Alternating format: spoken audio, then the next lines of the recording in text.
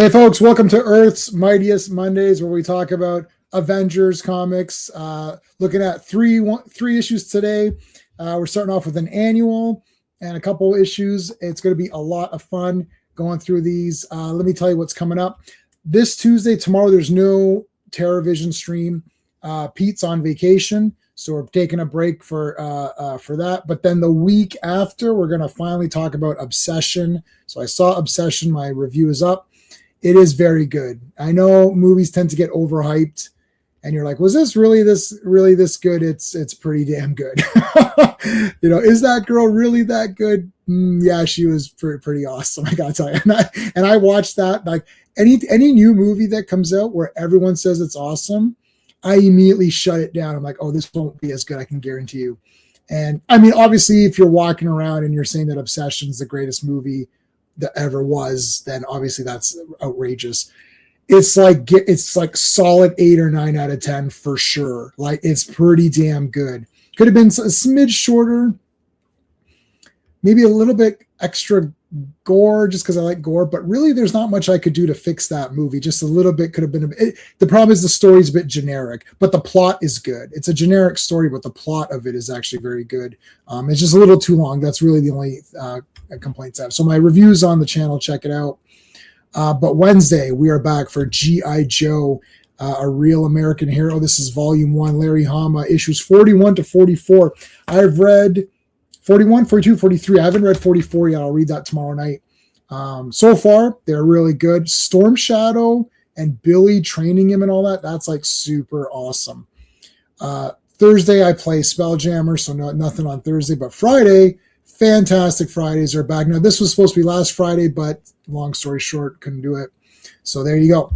I want to thank the super friends. These are the channel members. We thank them at the beginning of every stream. So thank you to my channel members, guys. I put on the art of Thor, which is Simonson and Kirby. It literally doesn't get any better. So you can, if you're a channel member, go to the G Drive and download that sucker like right now. Like, download it. Get it. It is awesome. I'm like this close from just buying the full book. It is wicked. I mean, you cannot get better. Like, I mean, that's the two guys you want for Thor. So, anyways, get that. We always thank our friend Clobberin Times. So we put a CT in the chat to honor his memory. Big comic book super fan, and we miss him. So thank you guys. We appreciate that. All right, let's bring in our normal co-host for Earth's Mightiest Mondays. Well, hello, Mr. Fancy Pants. Hey, Classic. Hey. All right, and we got our next co-host, which is Steve from Comics Asylum. You ever play roulette? Always bet on black. Hey, guys. Hey, Steve. What's up? Hey, Steve. All right. So Sean is going to be away for a little bit. I'll tell you privately, Steve. So we'll just keep it at that. But he is still coming back. Don't worry. There wasn't any falling outs or anything like that. Everything between us is good. All right. So, FK was here with a super chat right away. Thank you, man. I appreciate that. FK's been around for a long, long time. So let's give him. This is Avengers. So we usually do. Where's my Iron Man? We usually have Iron Man blast us off for a super chat. So thank you. And then what else we got? We'll get we can use this one. That's like your your super chat thing there. Thank you, man. I appreciate that. Joe Dog is here. What's going on, Joe Dog?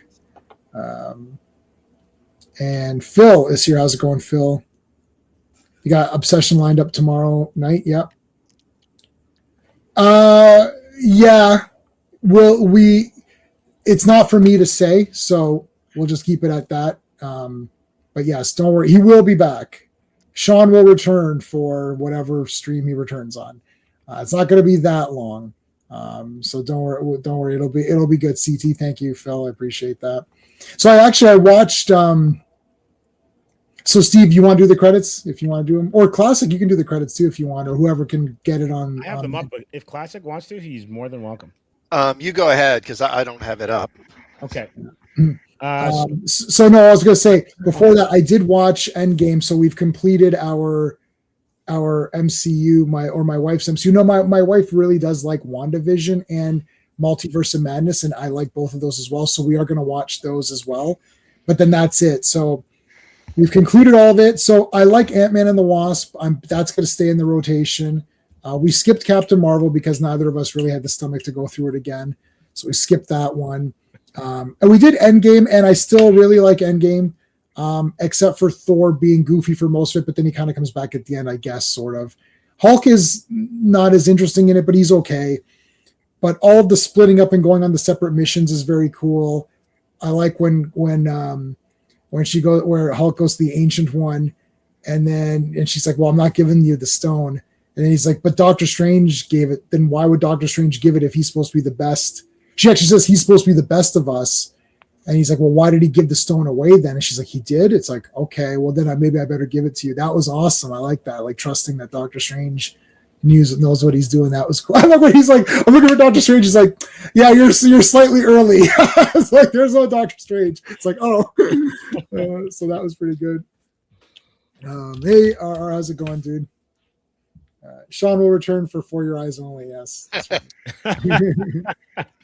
That is a great movie. We got to get the council together to do like a big James Bond thing. You know what? I really like, there's this guy, there's these guys that do what's, they call them modern trailers, because old trailers were terrible. I love old movies, but old trailers are absolutely garbage. I don't care. They're all, even Conan, my favorite movie all the time, the trailer's kind of garbage. It's like, that one's not that bad, but the old James Bond trailers are absolute dog shit. So there's a guy that re-edits them as if they were coming out today. And one of the ones that I've probably watched this trailer 70 times easy is On Her Majesty's Secret Service modernized. Shit, it's like super. And the way the guy edited, because he edited together knowing that the movie, so there's spoilers in the trailer, but it's just awesome because it's basically like a 1.5 minute highlight reel of everything. But it's awesome. So it's like a modern trailer. It's like a modern trailer, yeah. It does everything, yeah. Yeah. But it's cool because we've already seen these movies, so it doesn't matter, right? Dude, the Majesty's one is awesome because it's like it's like dun dun dun. He's got the big pumped up music in it, and it's like, the girl who helped me, are we supposed to just leave her there? It's like, this department owes her a debt, all right? And then it's like, then he calls her like, "Drago." He goes, are you interested in a demolition deal? And then it's like, whoosh, everything's coming in and shooting. And you're like, yeah, this is awesome. And it's like showing her like fight against the guy and everything. Like he's trying to stab her, she grabs it. It's like, and like he puts explosions in. Like it's just way better because it's like a super overhyped wrestling. Mm-hmm. It's like Hogan versus Warrior or something. It's like this big. It's like, look, it's not that epic. Like some of these wrestling things, it's like, look, it's just a wrestling match, but they make it look like it's like the end of the world. If this, you know what I mean? Like it's like he made this On Her Majesty's Secret Service look like it's the most important thing than Lord of the Rings. Like, it's like super pumped. Plus, I love that. It's like Cobra Kai, where they get you so excited for this stuff, and then you step back and you realize, I mean, they're basically a bunch of kids, right? Yeah, fighting over nothing, really. I mean, right. Yeah, Cobra Kai was like that. Like you get really pumped. I'd be like, oh my god! You're like, okay, first of all, I took martial arts in the time period of Karate Kid, and it wasn't that important. I'd be like, I don't feel like going today. My mom's like, yeah, but I paid for the lesson. I was like, fine, I guess I'll go. It's like we half-assed it, and it was all cool in the beginning. Like the first 6 months of joining, you're really into it. You're like, yeah, this is it. I'm going to be Bruce Lee, and then you're like, as soon as you realize that you're not going to be Bruce Lee, you're like, yeah, I don't think I'm going to be Bruce Lee, man. I don't see myself. Like I'm watching these movies, and I'm not there. It's like, I don't think I'm going to ever be there. So it's like, yeah, whatever. It's like, this is like the most important thing in their lives. And like kids are getting their backs broken and shit. Like, I think like in season 1 or 2, like Blue Beetle, whatever the guy's name was, got like, it's like he got, or like I think his back was broken by the guy. I was like, oh my God. Like where's the police? Like, if a bunch of karate kids break into my house and destroy shit, like, I think I'm gonna like call the cops. Like, I don't think I'm gonna settle this at the tournament or even Karate Kid 1. Like, Daniel comes back and like he's almost beaten to death. Like, I think we better call the police. Like, what's Kreese gonna do? Kreese is gonna get arrested for like attempted murder or whatever. Yeah, it's the most ridiculous thing, particularly with the modern show, with Cobra Kai, is that like this all didn't like basically it didn't all end in a flurry of lawsuits. It's ridiculous. Yeah, because somebody's mom or someone's dad would have sued somebody else. Yeah, you know what would have happened. Oh, guaranteed. Oh, if I came back and I was beat up like the way Daniel was, even in part 1, my mom would be like, what the shit is this? Like, this guy's going to jail. Like, F it. Anyways. Okay.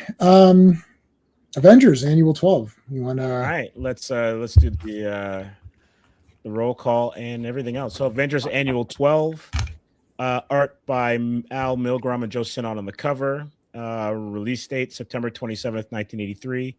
Cover date November 1983. Moonrise. So we have writer Bill Mantlo, penciler Butch Juice, inker Rick Magyar, colorist Carl Gafford, letterer Rick Parker, and editor Mark Grunwald. And we have the first appearance, if I read this correctly, of the United Nations Security Council. Yeah, well, they're in it, so if that's their first appearance, that's it. Yeah. What's actually, unfortunately, we weren't able to do Fantastic Four because the Fantastic Four issues actually cover right Inhumans, and we weren't able to do it because of whatever reasons, and which is crazy because this actually continues from that. So in this Friday's Fantastic Friday, we'll be looking at the issues where the Inhumans actually get transported to the moon. So in here, they're already there, and that'll come into play. So United Nations. And they're like, well, we discovered some shit on the moon here. And it's like, it's a 1x4x9 black slab. No, it's not the monolith. And then when we touched it, this really irritating noise came on, and now we're sending somebody to Jupiter. Silver Surfer's going to Jupiter. There's a big bald guy up there. Yeah, where's the one? So I was gonna give you a few examples. The other is like, there's this really big, huge, tall, bald guy up there, who's got pictures of himself when he used to be more fit. Now he's a bit more. Now he's not as fit anymore. But they found the Inhumans. I guess the Inhumans were up there, and now we're not gonna get anything there. So so they think it's an UFO or something or whatever. But it's the Inhumans that were found on the moon based on FF. So they call the FF. And it's like, what in the blue hell is going on up there, Mr. Fantastic? It's like, oh, we had to take care of business. It's all good. But they don't believe FF. That's what they call the Avengers, for the Avengers to go to the moon to investigate it, because they're not trusting the Fantastic Four. Now here's the inverted costumes. Mm-hmm. Yeah. So I don't know. Now, are they blue or black? Right? Like, is it black and white? Like, what do you guys think? I'm thinking they're dark blue. Yeah, Dark I always blue. thought of them as navy. I'm with you on that. Classic. Hey, Paulo. I suppose it still looked weird compared to how it was later in X Factor. Yeah, it's true. Yeah, like because he developed into a great artist. But you can kind of see like the growing pains, and for an annual, that's a lot of pencils for someone at the beginning of their career. All right, so they're going to send, what's it called? Send up the Avengers. Hey, there's the Shield. So this is where they actually discover, what the hell, Attilan? Is that what it's called? Yeah, Atalan. Yeah, and that's the Shield space platform. In that shot. Look, it's the pod from 2001. We're sending you up in this new in this new spaceship we have with a new computer system. No, no, don't do it. Don't send us up there with that thing. All right, so look at all these weirdos we found. Like, wow! Imagine we sent that thing up. It's like Artemis 2. They circle around. They're like, oh shit! There's guys waving at us. Hey, how's it going? How you guys doing? We're doing good. They are you're right. They're not humans. They're inhumans. Oh shit. It's like, and then all this shit happened. I guess Wallace, this is all going to be from Fantastic Four. So I don't know how far behind they are, because even in the Fantastic Four, the John Byrne ones that we're reading now, were they white suit? Oh no, did Secret Wars already happen in the John Byrne ones? I'm completely confused because they're all intertwined now. No, because if it had happened already, then they'd have She-Hulk with them. Yeah, so they don't. So there must be a pretty big gap in between these comics. And it's probably within a year or so. Mm-hmm. Hey, RR, thank you, buddy. Has Steve managed to read God Loves, Man Kills yet? Unfortunately, no, but that's on my list. That's on my list. Masterpiece. And he was looking forward to joining in 2 weeks for FF 243. So when is that one? Let me see. Next week, let me check the schedule here. Yeah, so this Friday is 238, and then next week is the 17th. Yeah, I've got you marked down for that, RR. Steve, are you good for this Friday? Yes. Okay, because Sean won't be good for this Friday. No worries. But I will do it. Sean gave us the blessing to do it, but I don't want to do it alone because I don't know enough about, like if we were doing like Batman or something, then yeah, because I'm whatever. If it's something I'm more knowledgeable of versus like this is my first time reading these, so it's like I don't have the I'll be asking questions to myself and then not knowing. Burns love for Galactus. Thanks, RR. Where's my super chat stuff? Haven't used this one. Boom, we can give you a few of those. And I was trying to find what else do we got? We haven't I just we just finished Endgame, and now I don't know what we're gonna do next. I think we'll do the WandaVision thing, and then after that we're just gonna now we're watching the Ghost in the. I have every Ghost in the Shell thing that's ever been released on Blu-ray. So like all TV series, all movies. So we're starting. We did Ghost in the Shell, we did Innocence, and now we're starting Standalone Complex. I've seen all these already, but we're just going to start them over again. The inverted FF colors appeared in 256. So 256. Okay, so we haven't even hit 240 yet. So I can't remember if it was like some sort of negative zone thing that caused the uniforms to change, but it was cool. As a kid reading it, it was like, ooh, that's different, and then I liked them immediately. Yeah, they get the inverted colors because they come back from the negative zone, and they come through without like a force field protecting them or something like that. I don't remember. Yeah. Why so negative? All right, so here, there's oatmeal thing, which will be explained on Friday. Here's all the crap that happened. See, they didn't have these costumes when this happened, so I think this is just they just forgot. Yeah. That's what confused me. Also, because we're reading these out of order. Yeah. Like we're reading them in order for Avengers. Oh, by the way, we're going to be skipping. So there's a Fantastic Four issue within this. And then there's a Doctor Strange issue as well. We're skipping those. I'm not going to put those in because the Fantastic Four one we'll get to when it's Fantastic Friday, and I skimmed it. Doesn't really matter. The Doctor Strange one talks about Scarlet Witch's stuff, so we're just going to skip that because we can't do everything. It's just like it'll never end then, right? Because it's just all intertwined. All right, so I don't know. I'm not. So what was? I'm not dying over the art here. Their faces don't seem as good.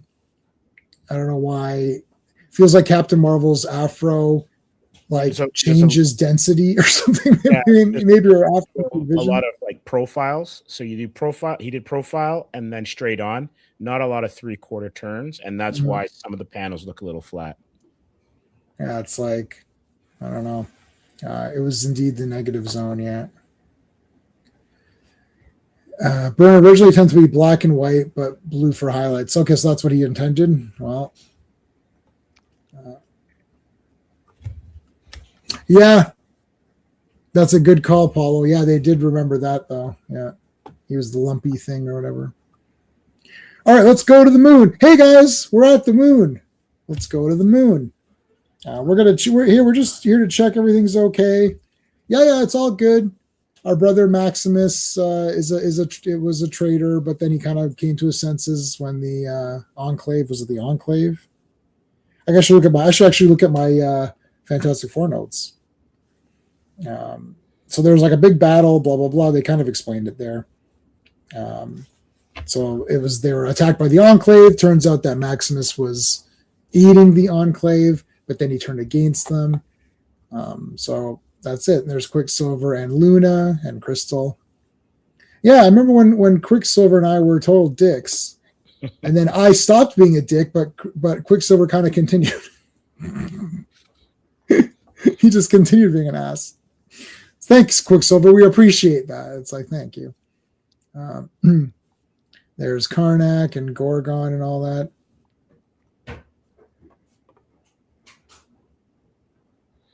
Yeah, I think R is correct on this one. About the chronological order. No, Fantastic Four, we should have done, even if we had done last week's Friday's stream, even if we did that, it still wouldn't have caught it up. Mm-hmm. Because I think the next one after that, they still don't have it. So if it's 256, that's 16 issues away from where I would be reading. Now, this might be in line with that, right? But that doesn't mean it's in line with what we're covering. Basically, just go with the streams. Like, it is what it is. Like there's no, it's impossible for me to coordinate because we're coordinating based on days. Right? Is this a Ghostbusters moment? This is the Ghostbusters. Yeah. You don't cross the streams. Yeah. If you're crossing the streams is bad. You're going to endanger us. You're going to endanger our client, the nice lady who paid us in advance before she became a dog. All right. So it's party time on Adelan or whatever, the new Adelan 2.0 moon-based Adelan or whatever. So I'm going to ask a really probably weird question. Mm-hmm. If you're on a team with Janet Van Dyne, who has such amazing fashion sense, how does She-Hulk end up with Jane Fonda's workout outfit as a costume? I think She-Hulk is difficult to work with. I feel like she's high maintenance. She doesn't want certain things. Oh, I don't like that one. And leg warmers, headband, a blouse. Yeah, no one reads them in order anyways. Yeah, that's true. Oh, you know what? I did get this. Everyone was asking. So, see, I did the Canadian way, which is I waited until it went down to $35 instead of $55. Boom. I could see you didn't wait. Did you pay 55 or 35? I paid 55. Oh, terrible. Go away. Turn in your card, eh? John Byrne needs the money. John Byrne needs the money, eh? Well, I'm not paying him. I'm going to wait till it goes down to cheap, eh? Like, I'm going down to the value store and getting it I'm getting a deal, eh? Like, I'm not going to go down and pay the full price. It's surprisingly pretty good. I flipped through it. I haven't had a chance to read it yet. I haven't read visually, it yet, no. It's pretty good. I'm reading Knight's Quest, or the big fat Batman. Let me tell you something. It's awesome. In case you weren't sure, it's awesome. I don't like 90s Batman because of whatever dumb reason I have in my stupid face head. It's friggin' awesome. Like I need to buy that toy. Like Azrael is like kicking the shit out of guys. It's pretty awesome. Anyways, he's the same as Supergirl. So Supergirl murders people now. No, Phil, I would not. Would you tell She-Hulk? Yes, that is true. I would not say that to her. All right, so Maximus was mad, and he betrayed them, but then kind of helped team up with them. That's nice. So they put him in this stasis chamber thing to sleep, but Lockjaw has the sniffer out, and he's like, he smells what Black Bolt is cooking. And so he's like, I'm not sure about this. So he smells it. Something's off with this guy. Now, if you've never read any comic in your entire life, and never read any story or watched any TV show, you'd be surprised. But I was like, I only read this for the first time when I read it, and I thought, betcha I know what's going on. Guess what? I was right. So anyway, you know something's off if they're just having a good time. Like, the Avengers didn't show up to Moonbase Adelan just to like party. She all needs to have. Eventually, she does. Yeah. Once she switches teams, she gets a proper uniform. Yeah, Medusa's. I love Medusa. She's awesome. They couldn't trade Maximus for Walt Disney. No would be the wiser, yeah. Okay, so this is all a bunch of whateverness. Eros is turning the ladies on. All the Inhuman women. Scarlet Witch and what's her face? Medusa. Vision, I'm concerned for Medusa and Black Bolt. Oh, how come? Well, you know, it's a comic book, and I've got to be concerned. Like. Now they're gonna get word here. Did we pass it yet? Oh, so she's having some bad dreams. Get to that. Black Bolt. It's like, what's going on? Something with Black Bolt. Come on, man. Couldn't they tickle him or something and see if he speaks? That would have been funny. Like, scare him. Well, he's speaking now. Yep. Steal the throne of it. Yeah. Yeah. All right. So, Black Bolt speaks, talking to his brother. Wait a minute. I bet you they did the old switcheroo. So that was the old switcheroo. She's sleeping naked, is she? I didn't notice that. Oh my God, you're right. How did I not notice that? It was the hair. Yeah. I like how his helmet has the triangle or the diamond shaped thing, which is also on Black Bolt's belt or whatever. That's kind of cool. Yeah. Look at Vision. Always creeps me out when he's naked. It's like he's like pure red. You know what? This is the first time I've seen him like this ever. Classic. Have we seen him like this? But I've seen him like this before. I don't remember. I mean, not like unclothed like this. No. No. Okay. Because I know he was all red. Because maybe I think there may have been a time when we saw like his head, where you know his he didn't have like that cowl or skull cap on, but we've never seen him like completely unclothed like this before. No. Yeah. Scarlet Witch is like, whoa, you're all red. It's like, yeah. It's like, you know. Come on. All right, now this is Ming attacking Earth or whatever, sending down like meteors and shit. The hot hail. The hot hail, yeah. Clytus, I'm bored. What plaything can you offer me today? An obscure body in the SK system, Your Majesty. The inhabitants refer to it as the planet Earth. Will you destroy this Earth? He's like, no, later. I like to play with things a while before annihilation. Dun, dun, dun, dun, dun, dun, dun. I've seen that movie 1 or 2 times. Isn't Flash Gordon the greatest movie ever? It quite possibly might be the greatest movie ever made. It's maybe.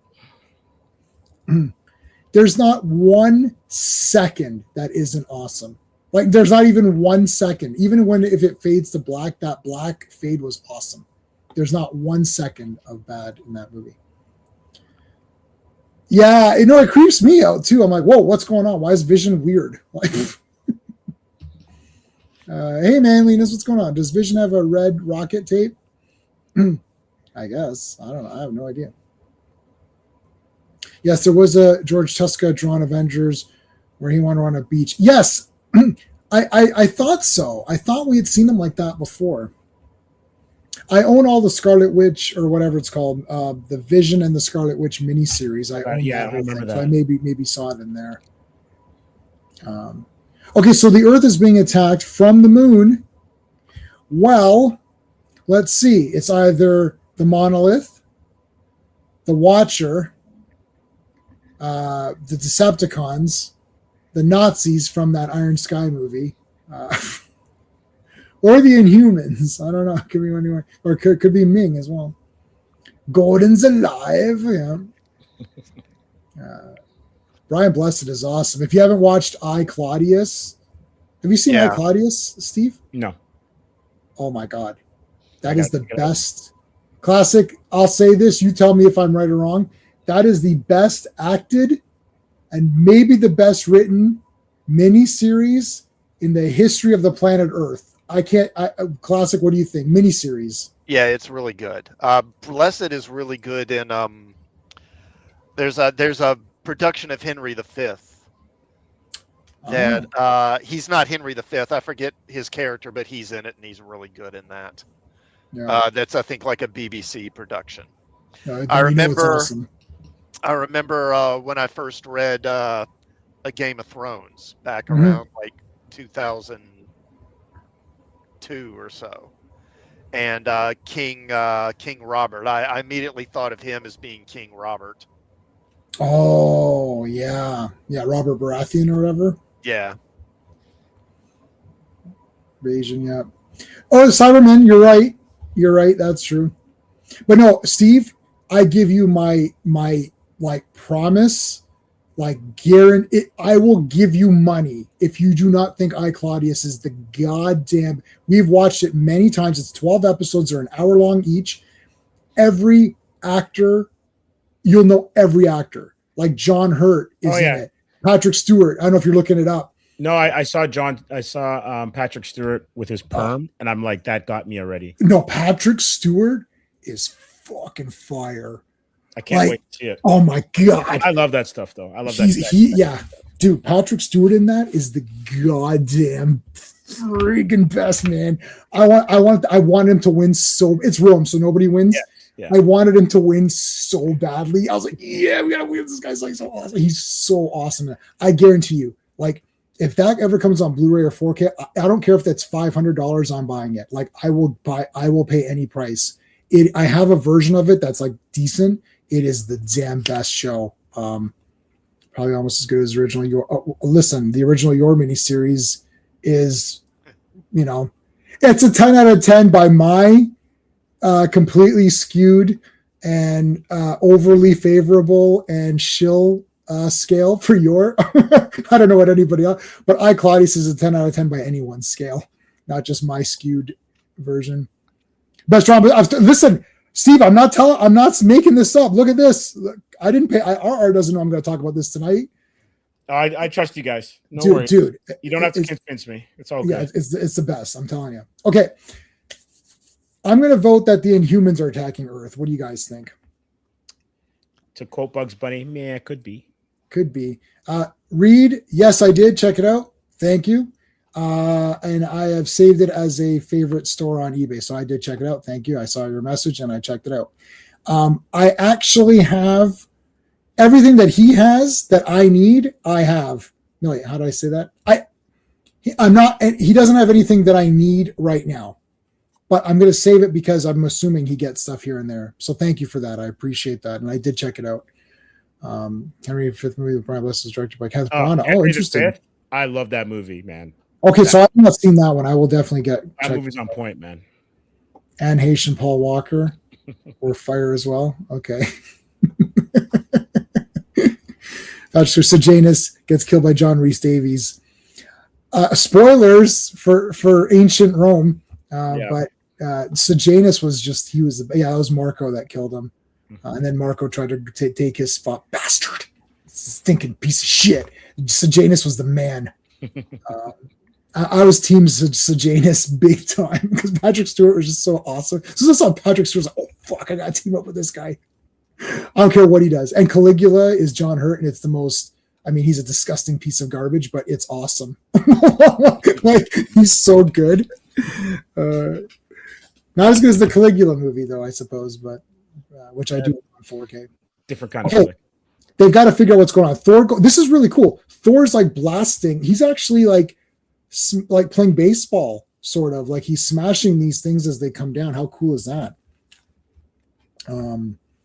So it's the Inhumans are attacking. Obviously, by now, if you've read any comics, you know that it's Maximus who has taken over as Black Bolt, and then Black Bolt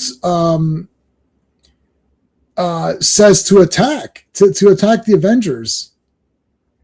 So this is he does like the sign language for. He basically gives the middle finger. It's like attack them. He points to them and gives the middle finger, and then they're like, "Shit, we gotta attack them." So these guys just blindly follow this. I guess I don't know. I mean, they've been with Black Bolt forever. They just trust him. Are Black Bolt? I guess Black Bolt and Maximus, are they twins? Like, do they look very close to each other? I don't think so. They're brothers, but they're not twins, as far as I know. Same jawline. I will say that was it Duck Soup or whichever the one where Groucho and Chico, and it is pronounced Chico, like he dresses up as Groucho and they do the mirror, like the fake mirror thing. They look exactly the same. It's actually a bit like your brain you'll be like, wait a minute, how did they do? Is this CGI? Wait, oh no, there's no CGI. How is this being done? But they look exactly the same especially because Groucho's got the fake makeup on, right? So maybe they look close enough that like how can Medusa not tell, even with just with the mask or whatever? I think it's a body transference thing. I don't think it's an actual. Yeah. Oh, $10 for a tangent? A $10 tangent? Yeah, I'll take that. But the best ever not accurate but entertaining Shakespeare adaptation is Ian McKellen as Richard III. I haven't seen it. No, okay. That is very good. Let me write these down. Yeah. Hold on a second. Let me write these down. So, Ian McKellen. Oh shit. Richard III. So Richard Part 3. I don't know the first two. Does it matter? And what was the other movie we said? Henry V. Or Henry V. Yeah. Henry V. I didn't see Henry 1, 2, 3, or 4. Does it matter? No. All right. Henry V with who's in that one? He loses the belt for the last time in that one. It's directed by Kenneth Branagh. Yeah. Yeah, so it'll be good. He does good on those. Yeah, I saw his Hamlet, I think, in the theater, which is like they updated the year. It was like they changed the time period or something, but it was kind of neat, anyways. It was Branagh before Dead Again and stuff like that.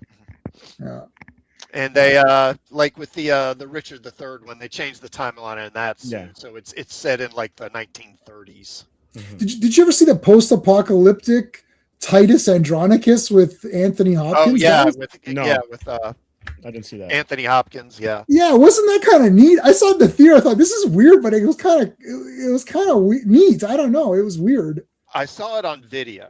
I mean, I don't remember a lot. I mainly just remember, they come in that formation, and they're, it's the director. I forget her name. Julie Taymor, I think it's her name. She's like a Broadway director. Mm-hmm. She directed a lot of musicals and stuff, and it's very stylized. They come marching into the arena, and they've got all the like blue clay on them. It's real cool looking. It was neat. It was neat. Yeah, but I don't remember a whole lot, to be honest. Thank you. Or I'll give you the pool. It was, Anthony Hopkins. So how bad could it be? Yeah, right? can't go wrong. But yes, no, I do like some of those like not time period, like whatever time display. I don't know what you call them, like non-time accurate ones that are kind of neat. Like even the what was the other one? Yeah, no. So the Kenneth Branagh Hamlet. I think that was the full Hamlet. Actually, I think that was the full thing, right? Holy shit! It must be like over 4 hours or something. Yeah, it's pretty long. He didn't do like a lot of the usual cuts people do. Yeah, I like the Roman Polanski. Careful. I like the Roman Polanski Macbeth. That movie is just badass. That's gotta be one. Yeah, that's gotta be. I got that on Criterion. It's my fave play, I think. Me too. If I had to choose, I think it's my favorite. I agree with that. Okay, I love that we went from Avengers to Well, to it's because of Shakespeare. Thor. Thor took us there. Thor took us there. Yeah. Saw a trailer for Heart of the Beast. Okay, I know I haven't seen that trailer. Michael Fassbender did Macbeth. I have that. Yeah, I've not watched it, but I have it. Was it good? Yeah. Mm-hmm. It's kind of hard to mess up Macbeth. I think even Denzel did it, didn't he? I haven't seen that one. He might have. I don't remember. I think it was a black and white. Let me check it out. Mm-hmm.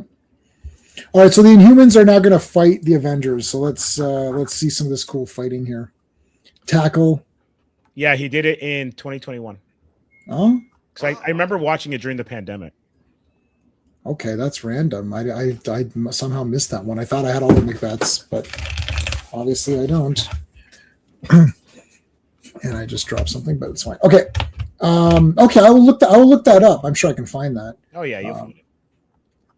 So Vision, I like how Karnak is like, because his thing is he finds the striking point or the weak point or something, but like he's all intangible or whatever. So like, how's that going to work?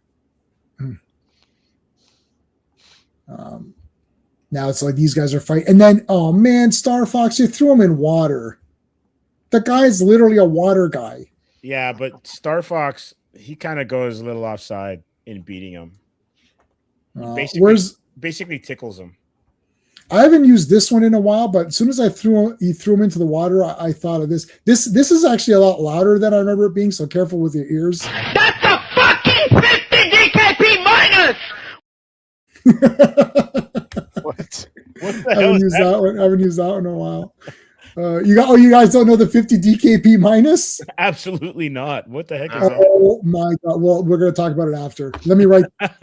How can this be possible? This is like not knowing the Star Wars kid or whatever. Okay, minus 50.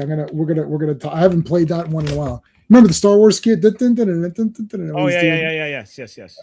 Poor guy. Actually, his Star Wars thing is better than the sequel trilogy. That kid got vindicated. He's like, yes, now my Star Wars thing is better than half the shit they. At least he put thought into it. The Star Wars kids, I'm gonna get that kid on the street and say, you know what, kid, you've been vindicated, buddy. Your Star Wars thing's way better than half the shit that they produced. At least it looked like you were trying to do some moves. Anyway, I mean, can a Quicksilver versus the speed of light? That is very cool.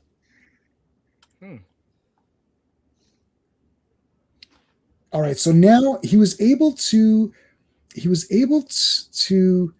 turned tangible. Okay. He goes, you have caused me pain, Android. Okay, yeah. And then he's able to figure out something here, but you have also provided me with the opportunity to probe your strengths. So my talent to see the weakness and stress points in all, including intangible things. By vibrating my hand like so, I can touch the untouchable. Wow, that's pretty cool. That is some Kwai Chan Kane Shang-Chi stuff right there. I mean, She-Hulk's just going to punch your head off. He used the quivering palm technique. Yes. Yeah. I saw it in the theater R, so it's a little hard to avoid it at this point. Actually, if you want a really good Hamlet, watch Strange Brew. Yeah, pretty much. Pretty much. Yeah. Oh my God. Yeah, it's Hamlet, but with the Mackenzies are in the role of Rosencrantz and Guildenstern. Yeah. Oh my God. That's and R is right about the Brana Hamlet. Ugh, it's a tough watch. Yeah, I think you got to be a real big Shakespeare fan to sit through the whole, or at least watch it in installments or something. Mm-hmm. Yeah, I did get through it in the theater. Got through it. Pee Wee Herman used the quivering palm. That's great. He did the quiver. Damn. But they didn't appreciate it. They didn't appreciate it back then. They would have appreciated it more now. Black Bolt. It's like, what are you? And then I think, is it, she says to Medusa, is it Wasp? What did she call him? Where are we at here? At top panel on the same page. When she lunges at him. Wow. Yeah, fork face. Wow. Okay. So Medusa questions Black Bolt. and she thinks something's off or whatever. Oh, I lied. They don't look the same. I'm so stupid. They did a mind transfer. Yeah, they just did a mind transfer. That's all. Yeah, I forgot about that. Sorry, they did a mind transfer. But how does his my question? My question was going to be, if Maximus's mind is in Black Bolt's body and he speaks, doesn't that still destroy everything? Shouldn't change the power. It's comics, bro. Yeah, yeah, it's comics. Yes, thank you. I appreciate that. It's like, hold on. I got to give you one for that. Where's my? Can't argue with a confident man. Yeah, that's it. It's comics. You've done it again. All right, so yeah, it's comics. All right, so anyways, that's what got confused. I was like, oh, did they switch bodies or something? I was like, oh no, they switched minds. Like, oh, but wait a minute. Mm-hmm. All right, so they basically say, like, are you just going to go along with Black Bolt? You know what I mean? Like, unquestioned and everything. It's like, no, turned out there was a mind transfer. The old mind transfer technique. That's the second time this month I've fallen for it. So they tie him up, and then they go through the portal here. So Lockjaw takes them back. They come back to Maximus's actual body, who's laying there in very cool armor. Maximus always had very cool, like he had like a cool armor or whatever. So that's kind of neat. It's very Kirby-esque. Very Kirby armor. And then they punch through that. Well, they visions through it. To Vision. So it's like he visions through it. And they swap back their minds. And then Black Bolt gives them a Hurricane Rana. No. Gives them a Mexican destroyer. How come there's no wrestling moves? It's like, well, remember in the TSR game, like Hercules had all the wrestling moves or whatever, right? So like wrestling A, B, or martial arts A, B, C, or whatever. Like, oh yeah, that's right. That's right. They had all those different. And Cap knew all of them. I think Captain America had all of them. Yeah, all the the whole alphabet of moves. So Black Bolt and Maximus are basically Loki and Thor, but on a higher rung. Like instead of princes, they're king and prince, I suppose. Yeah, so the Enclave was using their weaponry, so they got to destroy that too. There's your Enclave guys. Mm-hmm. The big orange suits or whatever. Here comes Black Bolt. And he destroys all their weaponry. So literally Thor, this entire time, Thor has been battling those meteorites. Or that's pretty cool. Which doesn't make sense to me. And Classic, help me out with this. Thor has flown through space on those space goats, right? Like he doesn't always travel by the Rainbow Bridge. So how's he running out of air here? It's comics, bro. It's comics, bro. Yeah, I mean, it's pretty, I think, pretty well established. He can hold his breath for a pretty good while, but he does need to breathe eventually. Yeah. Because he's been on those boats and been talking. So, like when the goat that pulled the Viking ship in space. So, I would speculate that maybe the chariot has some kind of enchantment on it where it retains an atmosphere around him or something, like some hand wavy stuff like that. Yeah. And more importantly, oh my goodness, what is happening here? Like Medusa, like, are you this looks like Terry Austin's inks here. It does, doesn't it? Like, yeah, he definitely got an upgrade here. And now we're going to live happily ever after. Yeah, right. Little known fact: Senior Maximus the Man escaped to post-apocalyptic Australia and became a highway. All right, look at this. This is the best. Look at this blank space here. That's like John Forte. No, not John Forte. That's Vince Coletta's favorite cover. Ooh, one third of it doesn't have to be inked at all. Like, that's great. Mad Maximus, yeah. Mad Maximus, yes, you're right. Then his family got killed, and then then he had to kill the toe cutter. All right, Avengers 233. All right, Avengers 233. Release date April 5th, 1983. Cover date July 1983. Cover art by John Byrne and Joe Sinnott. The Annihilation Gambit. Writers Roger Stern and John Byrne. Penciler John Byrne. Inker Joe Sinnott. Colorist Christy Shield. Letterer Jim Novak. Editor Mark Grunwald and Michael Carlin. And it's the first appearance of Jorge or George Latham, who incidentally created Hawkeye's Sky Cycle. Oh, Didn't know that. the Annihilation Gambit. Wait a minute, Gambit. No, that's not what we're talking about. No, a few years early. Yeah. And I did buy this one off the rack. And you're gonna say, J-Man, an unlikely story. Yes. No, I completely believe you. Why would you say that? There's a heel turn. I always do the I always do the Snake Plissken thing. Call me Snake, and at the very end, it's like I'm offering you a job. Snake is like, the name's Plissken. That's one of the things I learned from Snake Plissken is you always give them the other thing. After watching time travel to ancient Rome, became a famous general who was betrayed. Yes, that's right. That's right. Gladiator. Glady hates her. In New York, there's Captain Marvel flying around until she gets smashed in the face with an energy barrier. What happened? What the hell's going on here? I can't get through. She's doing a mime thing. So, there's an energy. This is the Under the Dome Stephen King series, which I watched for like a season, and then I just kind of lost interest on it. But she can't. So she's trying different energy forms to break through the barrier, but she cannot do it. I think she says gamma was the closest. She felt almost like the gamma energy could have worked or whatever, but just didn't. Foreshadowing. Yeah.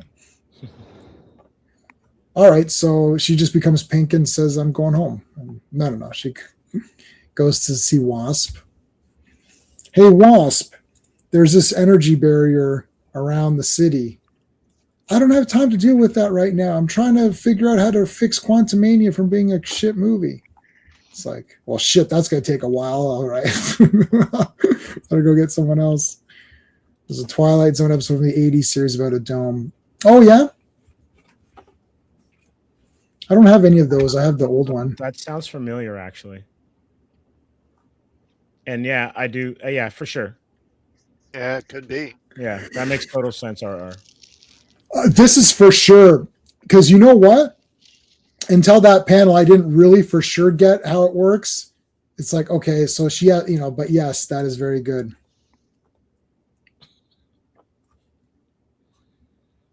Oh, yeah. Phil was not a fan of, I did my Monica Rambeau is awesome. And he said, no, she's not. I'll pose a question actually. So let's hold on, let me get a notepad here. Because I want to do this. I don't want to do this while we're talking about the comic. This will be an after. When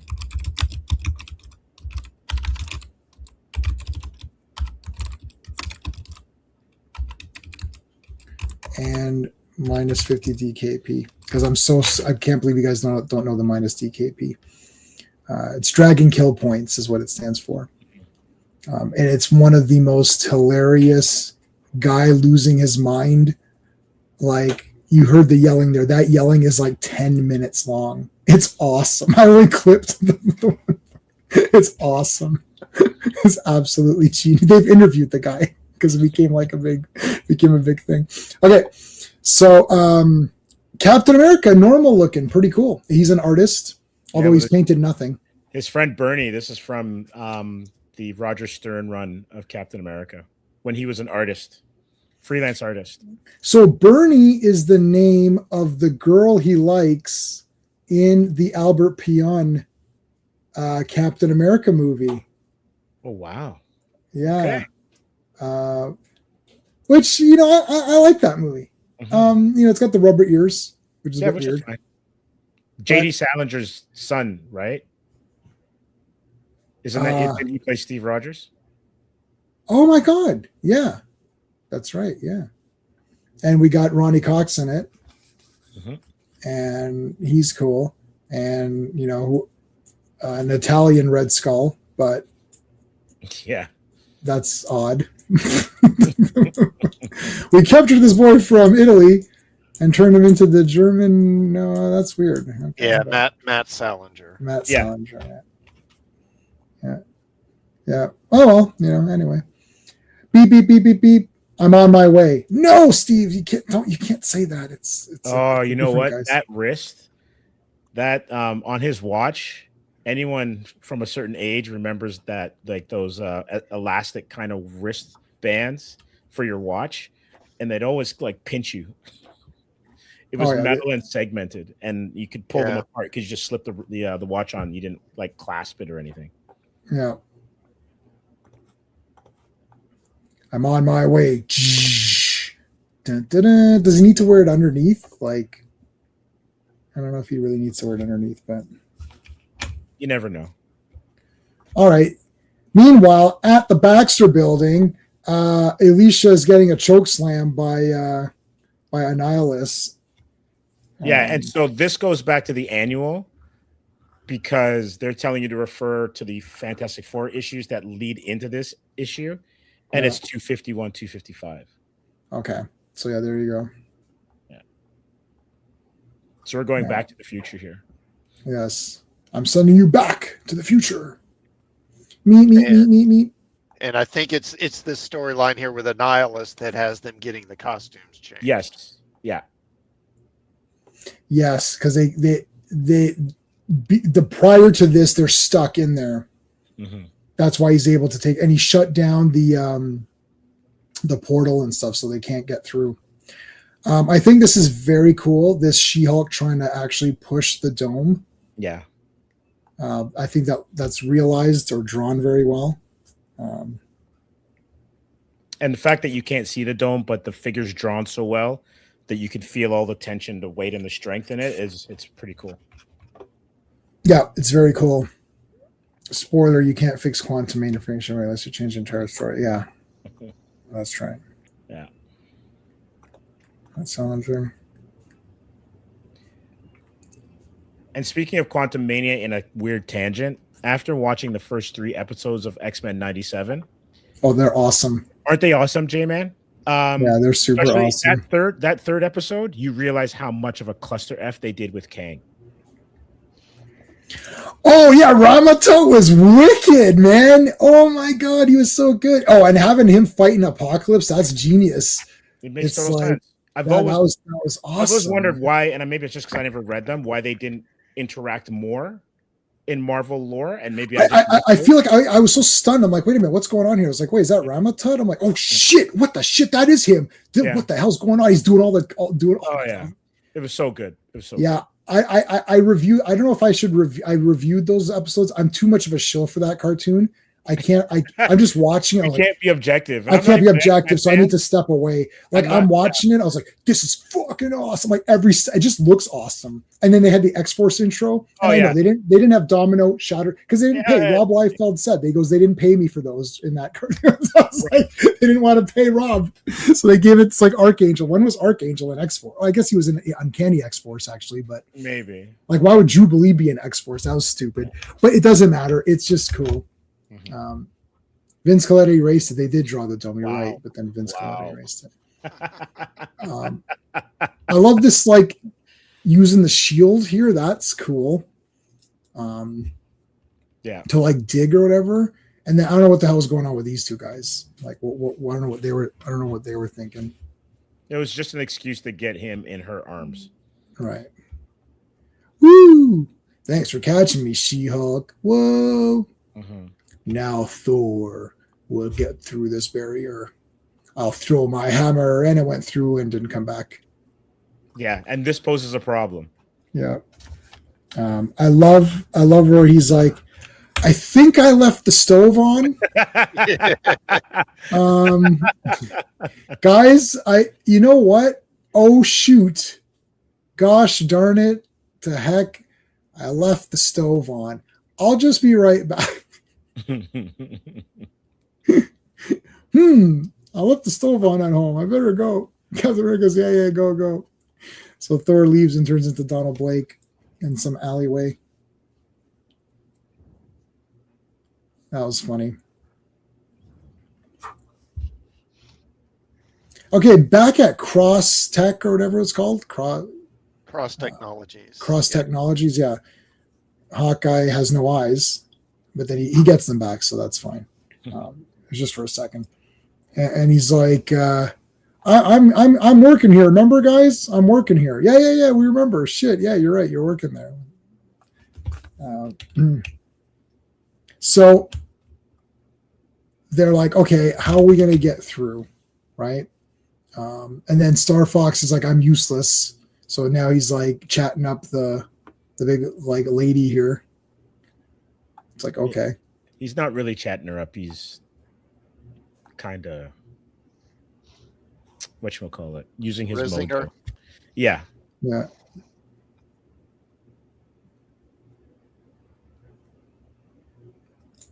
Yeah, he is a POS. Yeah. All right, how are we gonna get through? Vision can phase through, so he does phase through and then just collapses. Mm-hmm. This is like Assault on Precinct 13, where Cheney goes out and then falls. Cheney just fell down. Mm-hmm. What? And then they go and they're being shot at. So someone just nailed them. Now Scarlet Witch is pissed right off. Let me in. Not by the hair of your chinny chin chin. So Vision steps through it, falls down. They mention now that Annihilus is not immortal anymore. So I guess that was like he lost his. Remember that wand that he has or whatever? Yeah. So he doesn't have that anymore. Is this the first time, because we're behind on FF because Avengers is ahead in the streams? Has he taken his helmet off like this? Like, not that I've seen. This was just his face. This was a first for me. Like, did you guys like? And chat also, did you guys think this was like Annihilus's face? Like, I thought that was just his face. I didn't realize he could remove that or whatever. Yeah, I thought he was cybernetic, kind of whatever, right? Mm-hmm. Well, he's like an insect type creature. Mm-hmm. Look at this, getting this. What's going on with this woman here? Woo. Hey, what appeared? Oh, shit. Yeah, that just appeared out of nowhere. Yeah, I think this was the first time. This was crazy, actually. Yeah. Like, I was like, oh shit. I was like, what? He decapitated himself? It's like, no, yeah, because you saw him earlier and he looked different. I was like, oh, his face is all messed up. Whoa, this building appeared out of nowhere.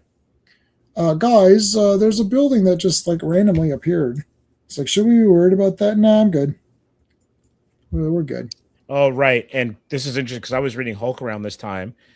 They're trying to figure out how to get into the bubble, into that dome. And then Jan's like, well, if Dr. Banner was here, he could have helped us.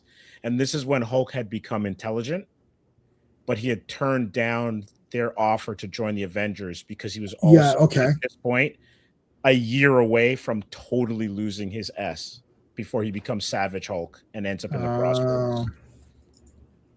And there's a really cool corner box thing. Sorry to interrupt you, J-Man. Yeah, go ahead. But as he's going from Smart Hulk or Banner taking over the persona all the way to becoming Savage, throughout that year, the corner box changes from kind of like Smart Hulk to Savage Hulk each month. Oh, that is cool. Yeah.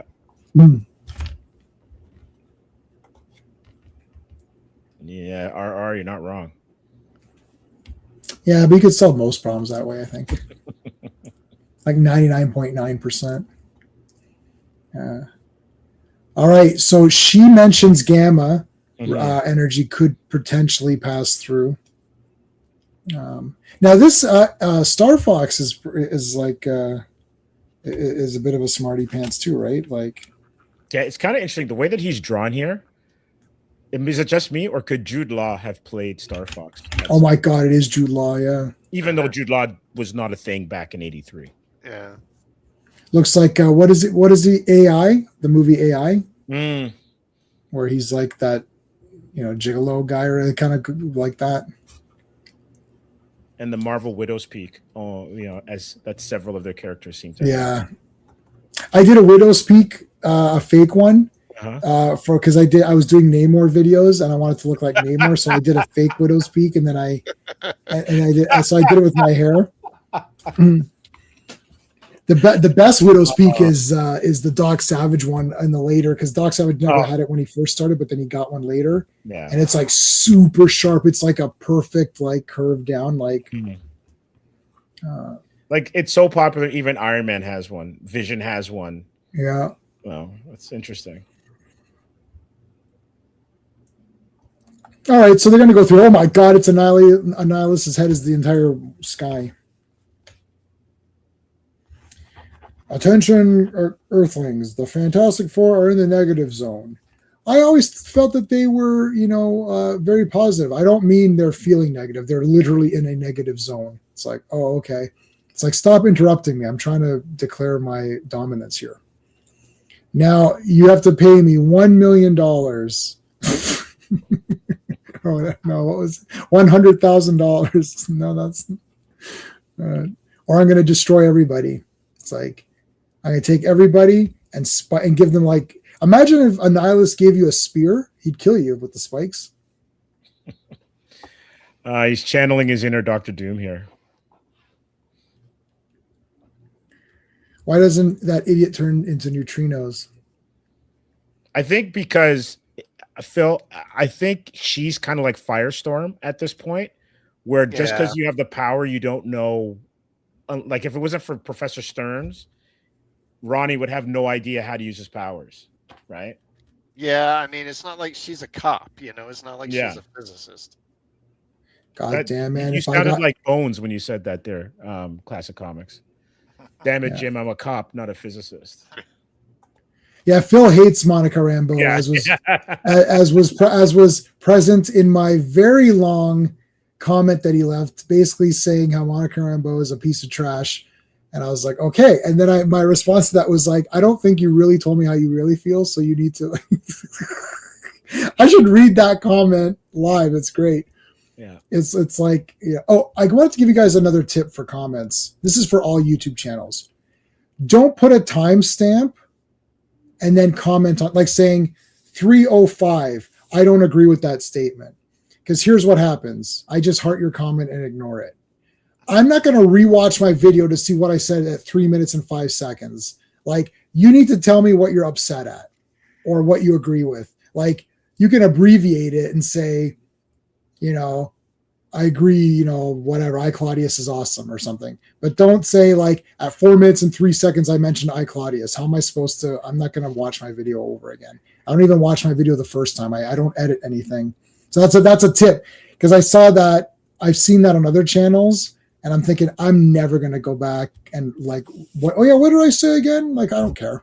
So don't do one of those, because I'm not going to know what you're talking about. Marvel would have known, yeah.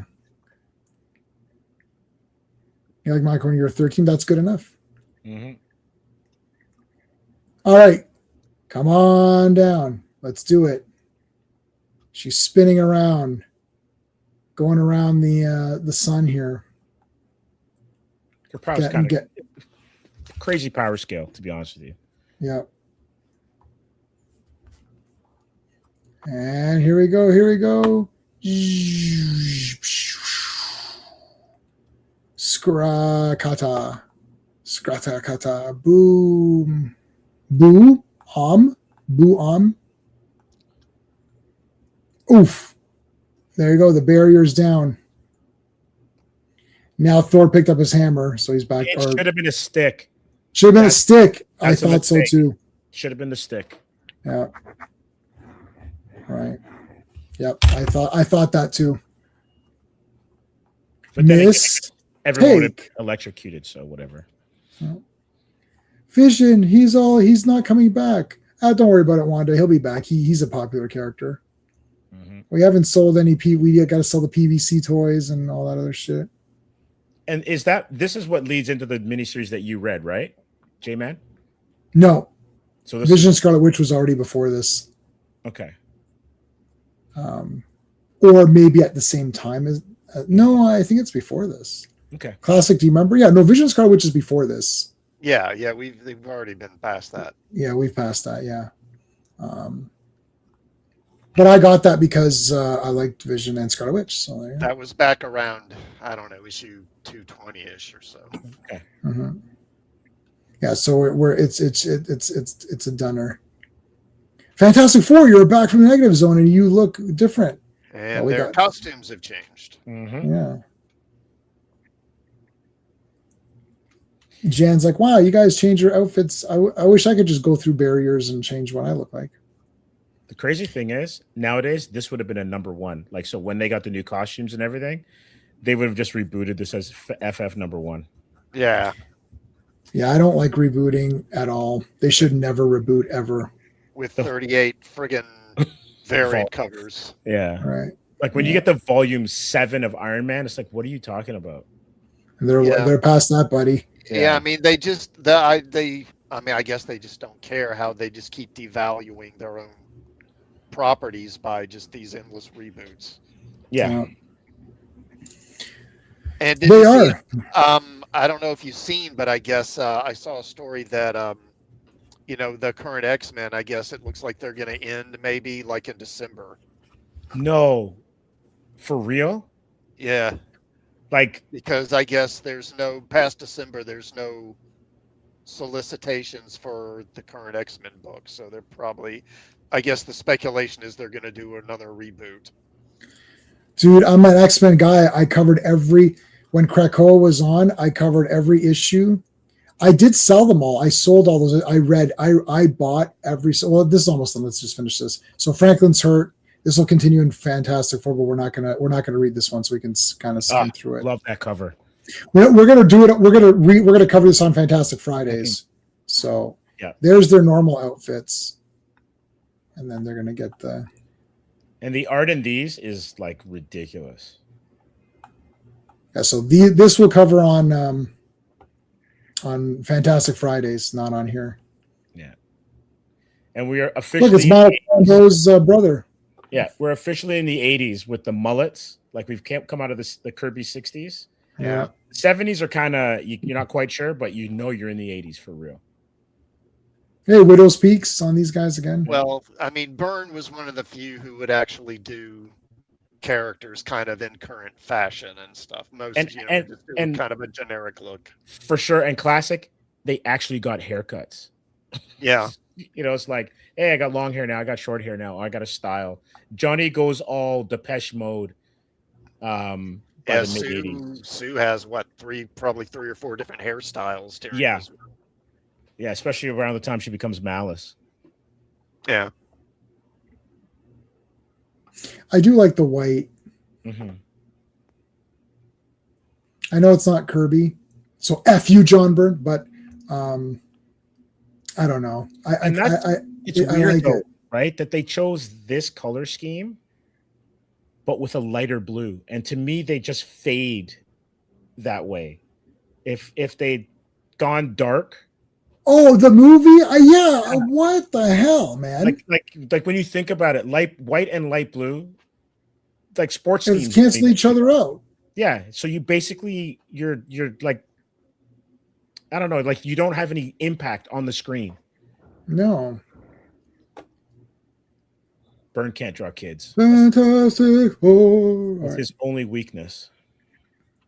I found his weakness. Does Mjolnir turn into a cane after 30 seconds or only after Thor taps it on the ground? I don't know.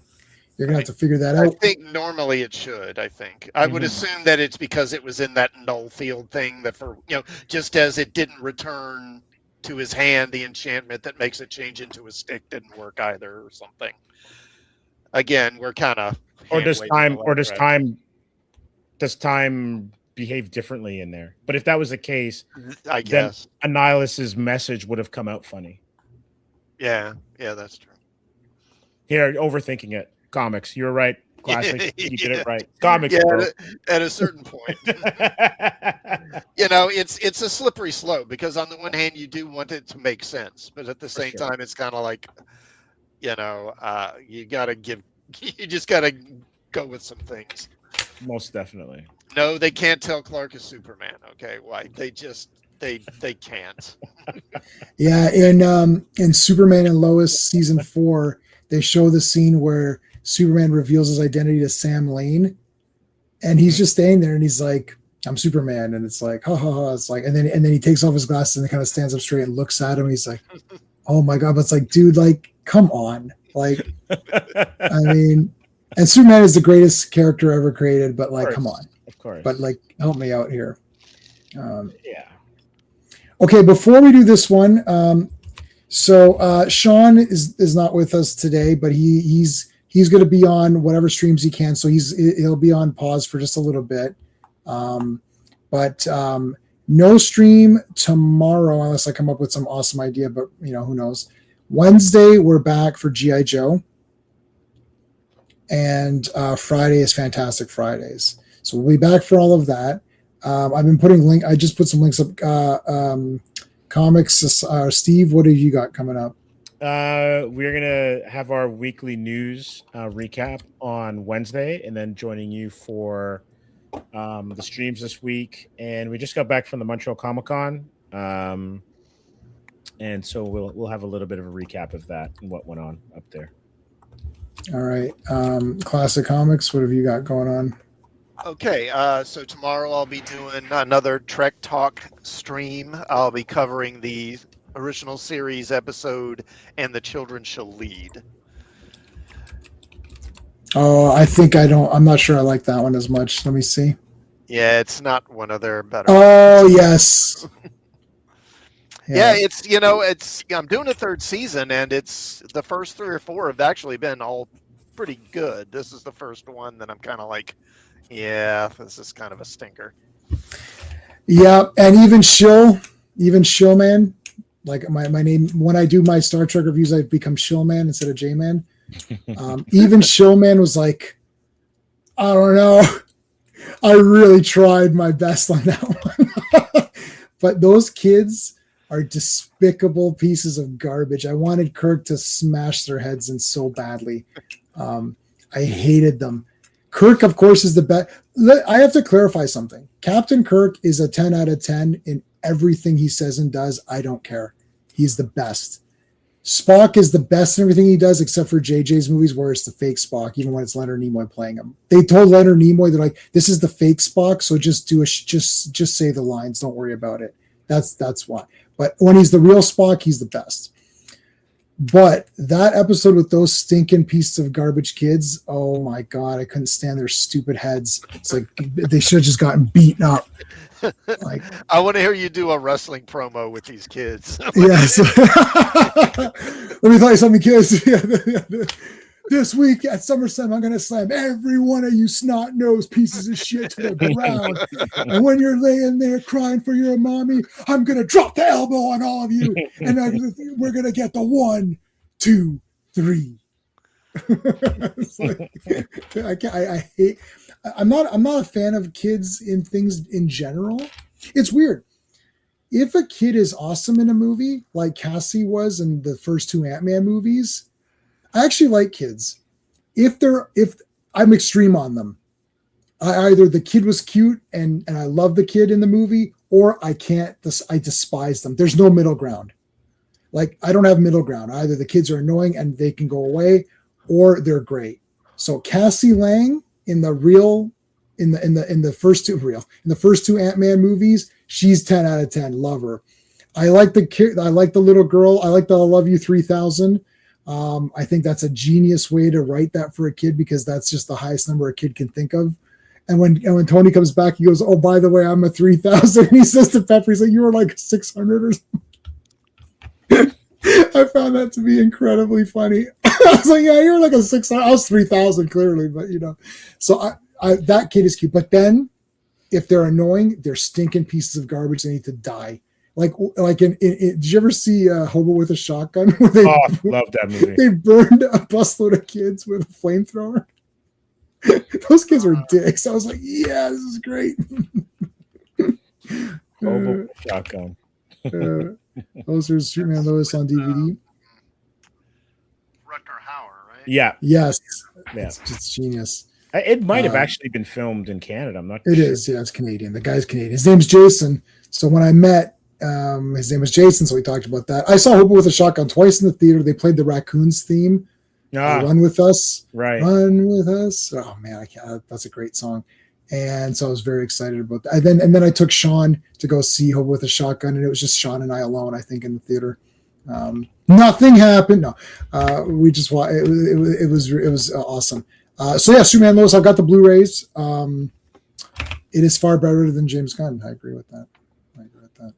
Phil has a good point before we move ahead. Oh, what did I? So I why just aren't these? Why aren't these appearance. highlighting anymore? Much of Hollywood's into kids. Stop it. Yeah, right there.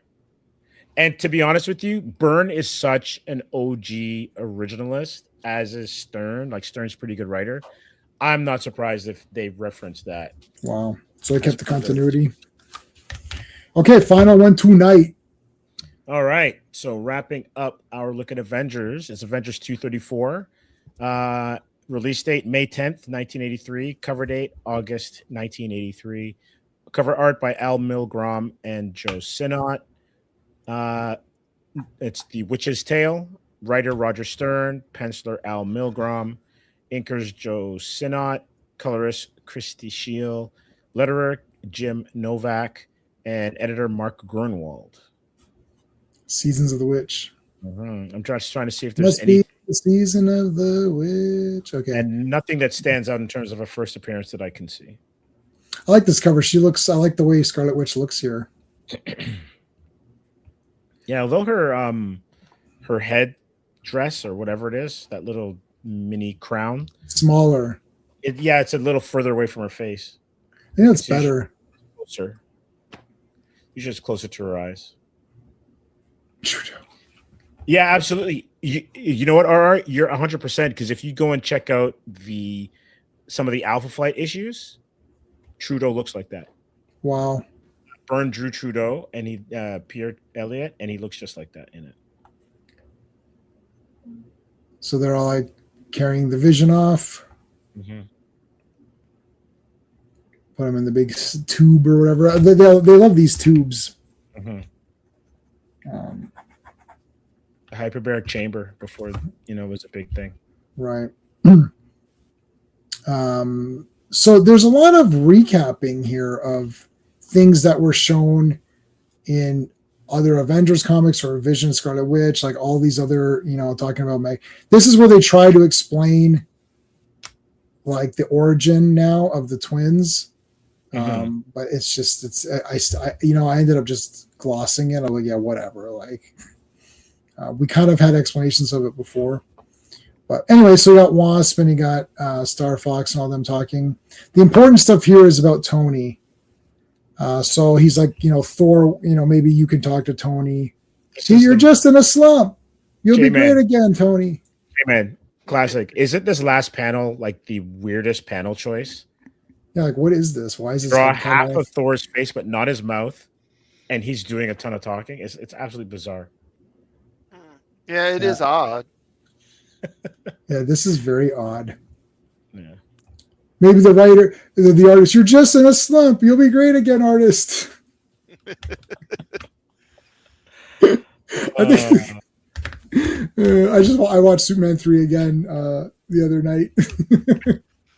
You're just in a slump.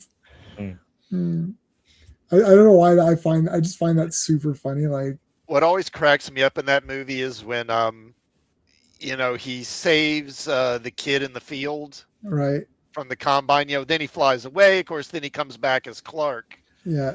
And Clark's like, oh, I see Superman all the time. It's no big deal or whatever. And then the kid says something like, could you get me Superman's autograph or something like that? And then he just kind of mutters to himself, like, if I had a dime for every kid who asked me that. Yeah, that's great. Yeah. That always makes me laugh. Yeah, that is a funny part. Yeah, it's yeah. Artist Al Milgrom wrong. Bill wrong. Milgrom wrong. Oh no. All right, I'll talk to Tony and get him out of the slump. You'll be great again, Iron Man. You'll be great again. Here comes. Wait, is this G.I. Joe? When did we swap comics here? Pretty much. I was like, wait a minute, this is G.I. Joe right now we're doing. This is like, looks like Firefly or something, or one of those guys. Nothing like a good heist. Yeah. So this is the guys who are coming into Cross Tech, right? Cross Technologies. Oh, here comes he's still on the Sky Cycle thing or whatever. Mm-hmm. I mean, how is he balancing like that? Good question. It's comics, bro. That's going to be our line forever now. Anytime we have a question. Yeah. Because he's Batman, that's why. Mm-hmm. No. Wow, that is some good shooting there, Tex. To actually go into the nozzle of the gun and not destroy the actual front of the gun is impressive. Mm-hmm.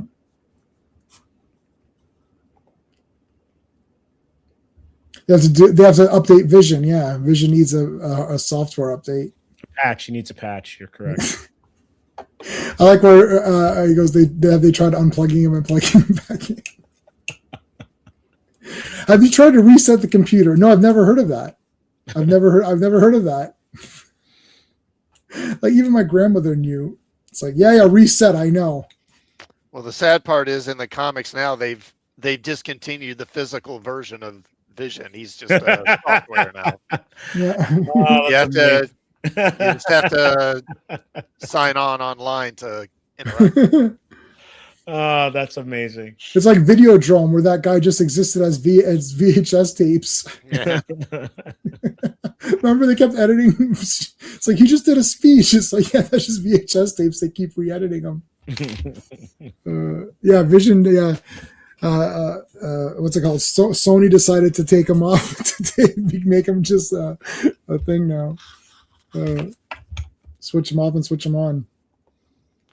And now he's just digital or whatever. You prefer Charmin? Yeah. Charmin Ultra is pretty good. You gotta do at least 3-ply. Like, so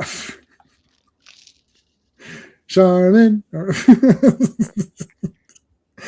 Oh yeah, who's this lovely lady? What's going on here? Okay, so back at Cross Tech, yeah, I covered that. There's a robbery stopped by the Eye of the Hawk. Oh yeah, Jen. No, that's not Jen. What am I saying? So he's taking photos or whatever. She's a public relations for. She's a PR girl, yeah. Yeah. Control Alt Delete. Yeah. How about Format C? Format the drive. Got to format Vision. Reboot. Everyone sleeps naked, man. All the females sleep naked in comics. I didn't realize that. Not once have they replicated that in the MCU. No.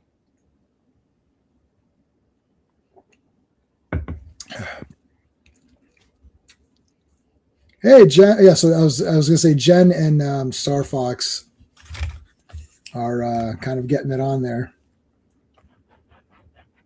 F5. Yeah. It's like when you reboot, you have to press F5 to get to the boot menu or whatever.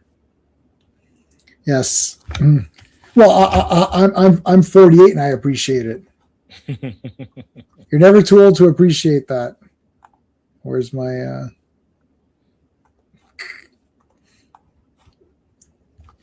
all right, there's the penguin. I mean Jarvis. Jarvis, go get me a sandwich.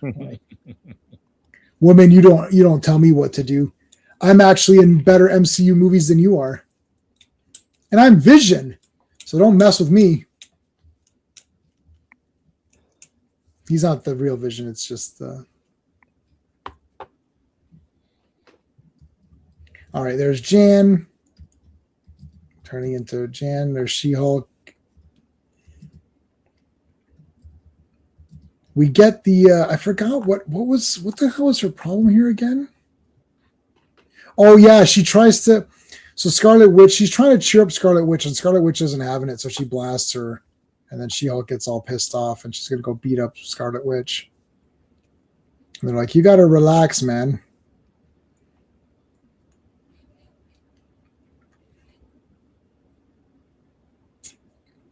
Scarlet Witch is worried about Vision. There's not really much anyone can really do.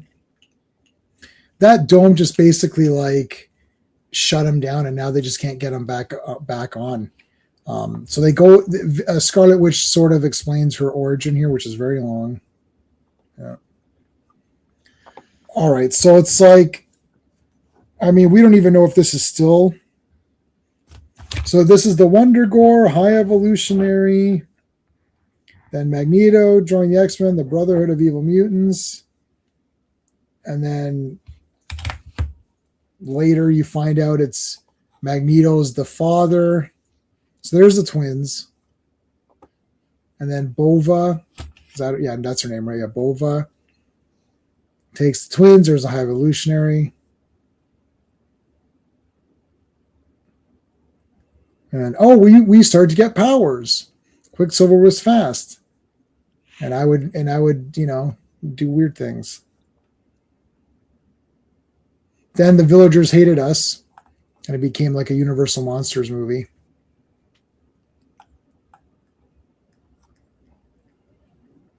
Here's the pitchforks. Poor Bugs Bunny. How do these villagers always have pitchforks ready to go? That was like in Batman Returns. He's like, why is there always someone who brings eggs and tomatoes to a speech? Yeah.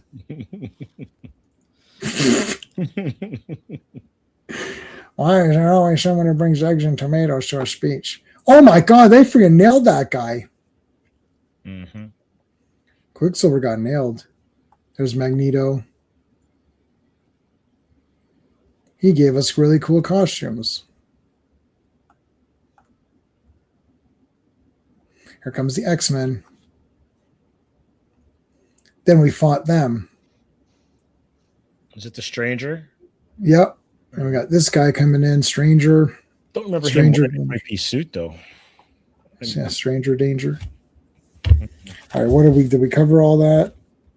Humans. Okay, so yeah. So then we got Agatha was teaching her how to use her powers. Then she got married with what's his face? Immortan Joe. Immortus marries them.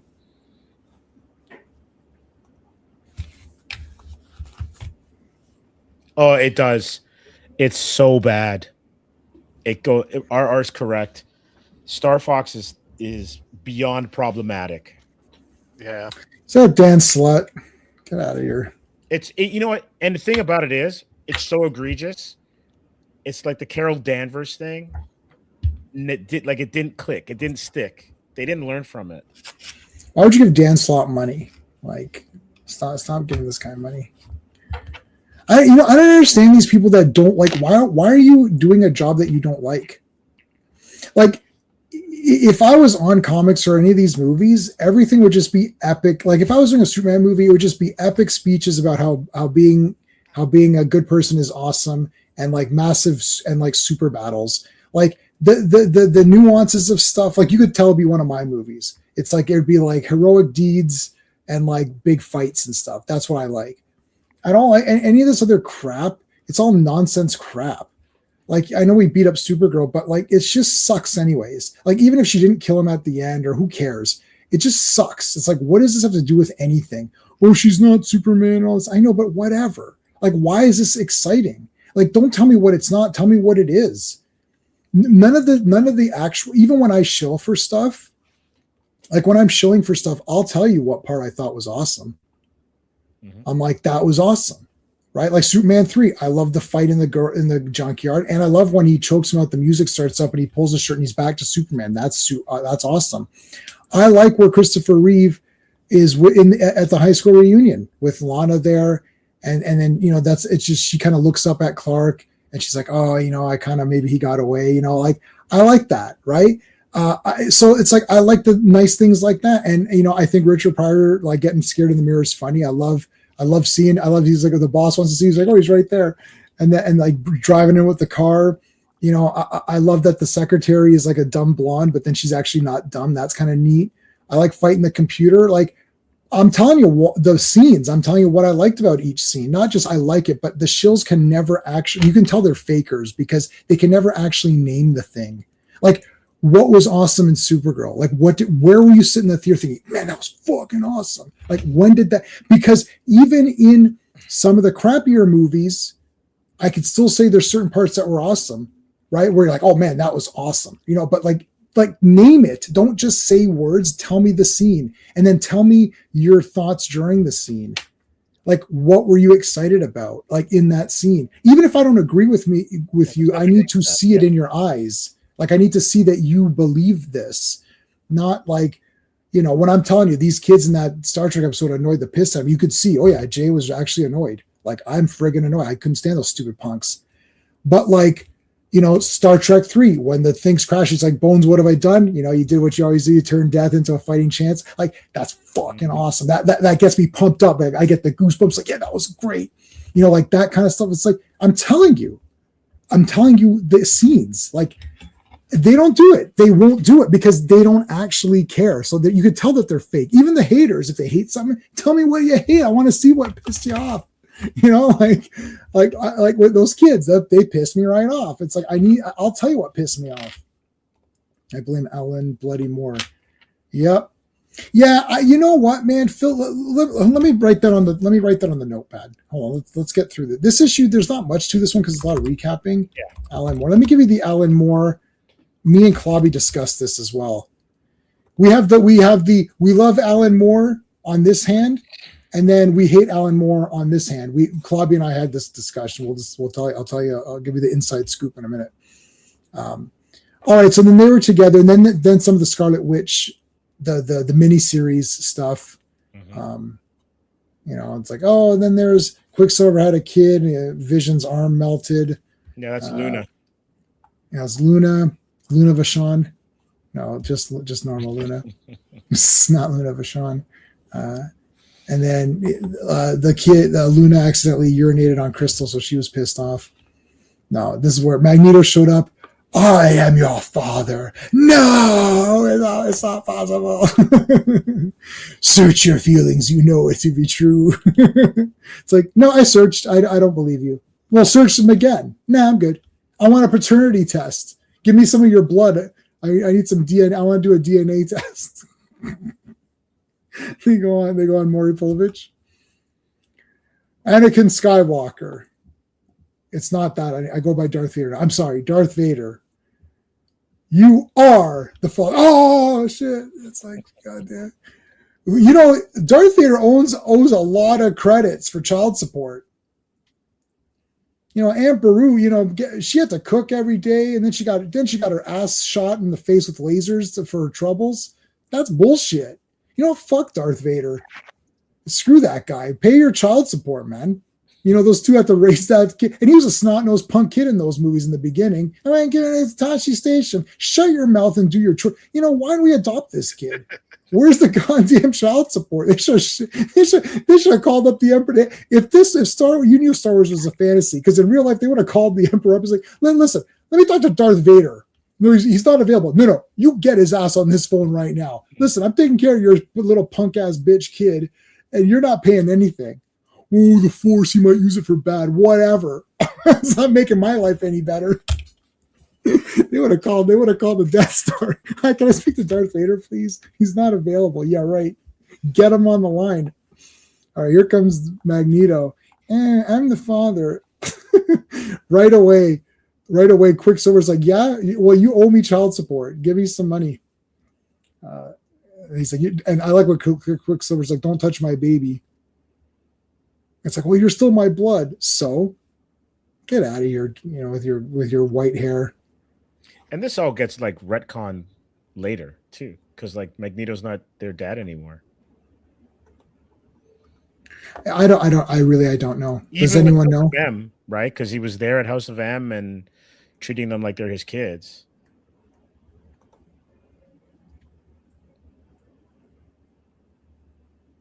What's the Perry Mason theme? How did Perry Mason's theme go? I can't remember now. Yeah, I like that. Yeah. Stuff like that.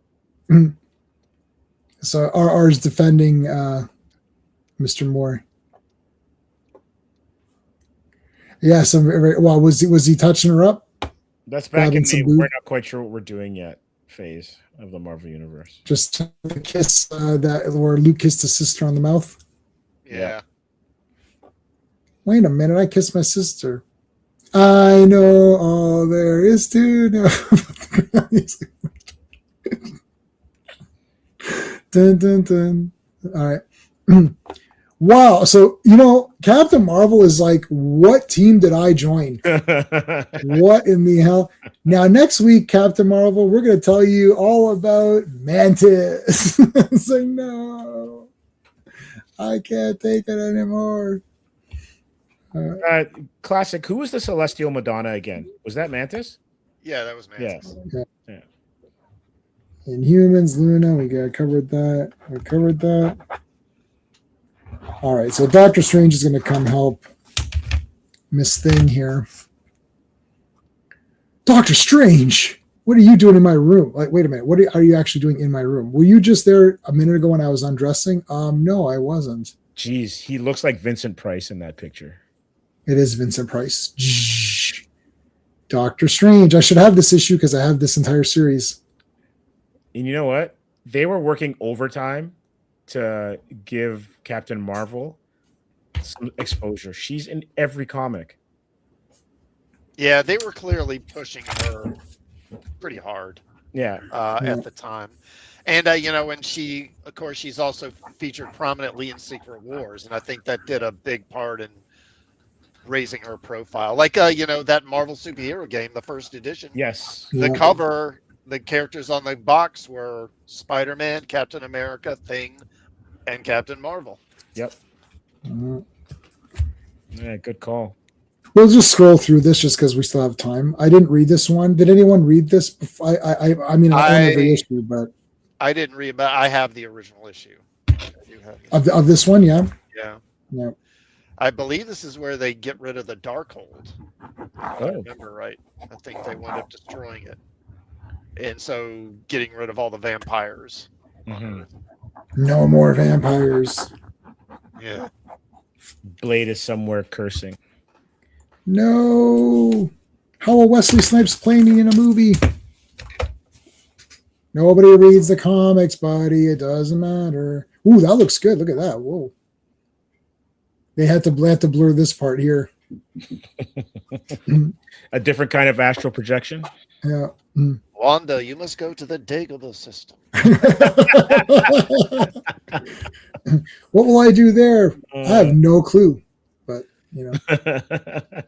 just go there.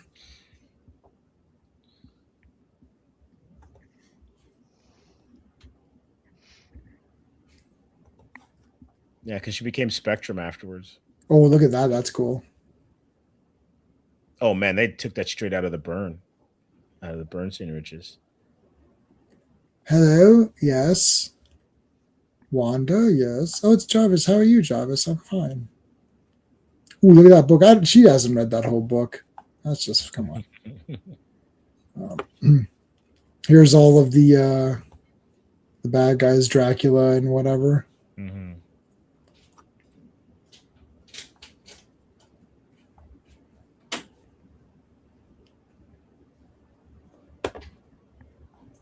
And this is one of those issues, it's like a one issue thing. Today it would be like a 9-month crossover event or something.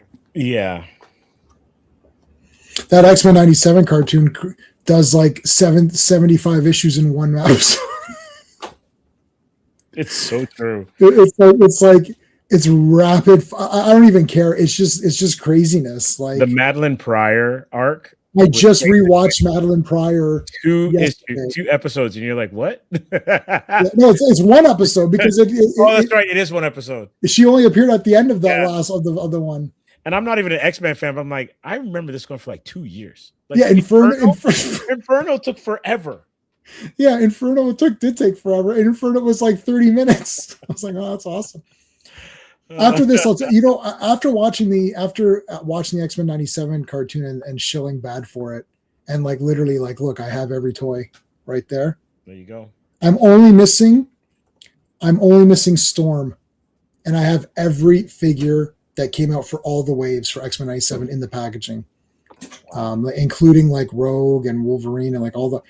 I never bought Storm because she was available everywhere, and then one day I was like, I should pick up Storm, and I was like, gone, and now I can't find her, and she's like $100 on eBay. It's so irritating. If I had her, and I like Mohawk Storm. Actually, I like the way she looked, and I just shilled for that show hard. Like I liked her. Even Magneto in that M suit, I'm like, yeah, it looks cool. I love that M suit. Yeah, it looked cool to me. So in the show, at least, the way that they did it. Because one of my favorite episodes when he goes to The Hague and he's on trial. It's one of my favorite X-Men issues. Oh yeah, that was awesome. Yeah, unbelievably good, man. So is that the Darkhold there then? I guess. Yeah. This looks awesome. I own this issue. I'm going to read this. I'll read it on the digital copy. It was good to just go through it. All right. Here's the part that we kind of care about, I guess, where they're still working on Vision interlude. So the next one we'll cover will be this 235. Wizard looks weird without his little bubble helmet.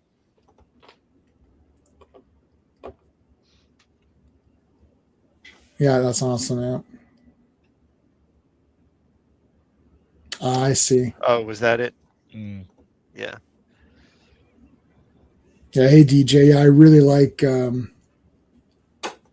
X-Men. Okay. So here's the questions I had. Well, first of all, very quickly, the minus 50 DKPS. It's a guy. It's a streamer. He plays World of Warcraft, and in the World of Warcraft game, just search it. Just go minus 50 DKP on YouTube and just watch it. It's hilarious. So it's like a team of guys to go battle a guy. So he's explaining what to do. Like he'll be like, okay, more dots. And I don't play the game, so I don't understand what all this means. He goes, even groups go left, odd groups go right. And he's like, okay, go. And then someone casts Fear spell, and he lost his mind. Who the fuck casts Fear? Oh, and it's like he just and he's like, that's a minus 50 DKP because he didn't know what the fuck you were doing. What the fuck? And he's like, oh, like it's like a massive rant. It is absolutely awesome. It's like he loses his mind, and it was just great. So like I've watched interviews with him, like, what the hell happened? He's like, I don't know, I got angry. Like it's like, dude, like it's a game. Like, oh my god, he was angry. So that's that one. You can watch it up on your own. It is absolutely hilarious. There's not many ones with video. It's more like just like the audio was captured. Right. Okay, so my one question was this. Phil brought this up in the in my Monica Rambeau video. So the question is, if a character is awesome in the beginning, when do they not become awesome? So, for example, in my video, I had only looked at the issues that we covered up to this week's stream or last week's stream. Maybe some of this week's because I read ahead. So I did the video, Monica Rambeau is awesome, based on what we've read. And maybe the title, I didn't know what to title it. Maybe the title should have been something like, big push for new character, or how to push a new character. Like in the sense that, like, I don't think that they, made fun of the old. It's like they wanted to retain the name. Basically, the assignment is you need to retain the Captain Marvel name, but we just don't want a copy of the same guy. And they might say, you know what? Why don't you make it a black woman? And then we're checking the boxes. Like, let's just talk frankly. Like, we need a female character, we need a black character. Boom, we combine that. We check 2 boxes. That could be literally, Captain Marvel's the name. Check 2 boxes. Go. Given those parameters, she's pretty cool because She doesn't come in and say, I'm the best, and like that's the end of it, and everybody else sucks, and I'm better than everybody else, and I'm the strongest. She learns from Captain America. He trains with her, right? Like we saw the issues. She helps them, like figure out stuff. It's pretty good. Oh, hold on a second. Hey, thanks, RR. The Doctor Strange crossover story is an epic multi-issue arc, 50 to 62, where he had a team including Blade fight a part of Dracula. Awesome. I own the issues. Yeah, well, I think you're correct because, with Captain Marvel, I don't think it was a case of let's just replace this white character with a black character. Right. That was my point. Garland was, I guess he had a story to tell with Marvel, and for whatever reason, they let him do it and kill Marvel off. But then that does create the issue of, okay, we got this name and we don't want to lose our hold on the name. In order to do that, we got to have a character attached to it. And like you say, I mean, they're like, we don't have many black or female characters, so there you go. Yeah, I don't think it was like this big. That's not what my question is going to be, and that's not what I'm saying. And I'm not saying Phil is saying that. I'm just giving you why did Jay make this random video? Firstly, I like this Captain Marvel because of the game, and I always thought she just looked cool. But I didn't really read much of the comics or whatever. So reading them now, I was like, wow, this is a very cool introduction. I thought it was an appropriate video because in the time we're living in we need to replace this straight, white, blonde-haired male character with this whatever character. That's where we're at. Where even, and they weren't doing that with Captain Marvel. They just introduced, they're like, here's an opportunity to introduce a check character. But they didn't just check the boxes and then say, well, that's the character and we're good to go now. That's the problem. Like, with Ironheart, it's like, oh, let's have black girl Iron Man. It's like, yeah, but she's not Iron Man. Like, and I read the comics of that and I was like, she's whatever. It's like, you didn't do anything. But Monica Rambeau is the complete opposite because they gave her lots of stuff to do. So Phil pointed out that the character got crappier. Now, for me right now, the character is awesome where we're at today. So here's the question. Let's say the character starts out awesome. And let's say we have let's make up some dates. Character debuts in January 1980. So 1980. Up to 85, it's all good. 1985, Joe Bob comes along, new writer. Oh, it's time for a shakeup. So character X now becomes something else. They change it. We're changing it up. Fresh take. And now the character stinks. And let's say the character stinks from 1985 to 1990.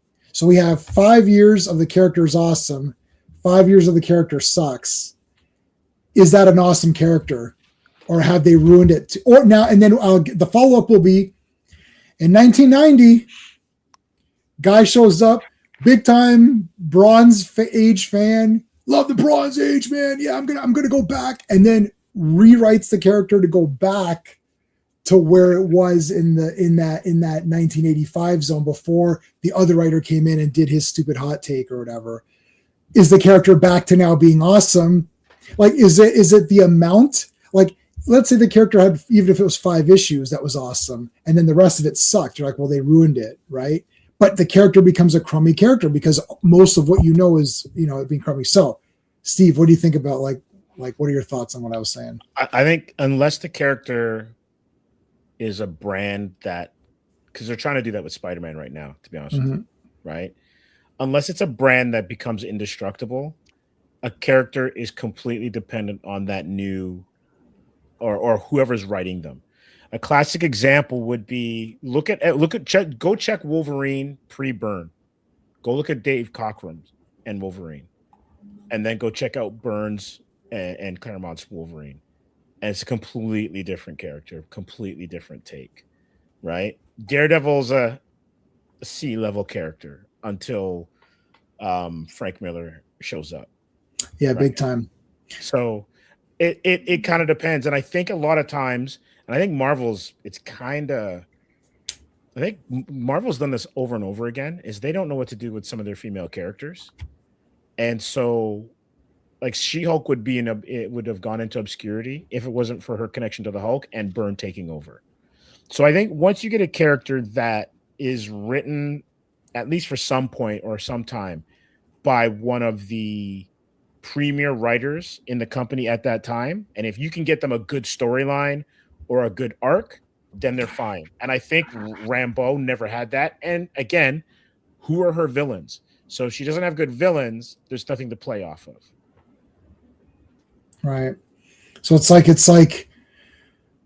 you almost have to take you take the whole history up to the point you're at and look through the whole history and be like, well, it's no because I don't think Daredevil would, in your Daredevil example, I wouldn't say Daredevil was a C-list character, but I don't think he was bad.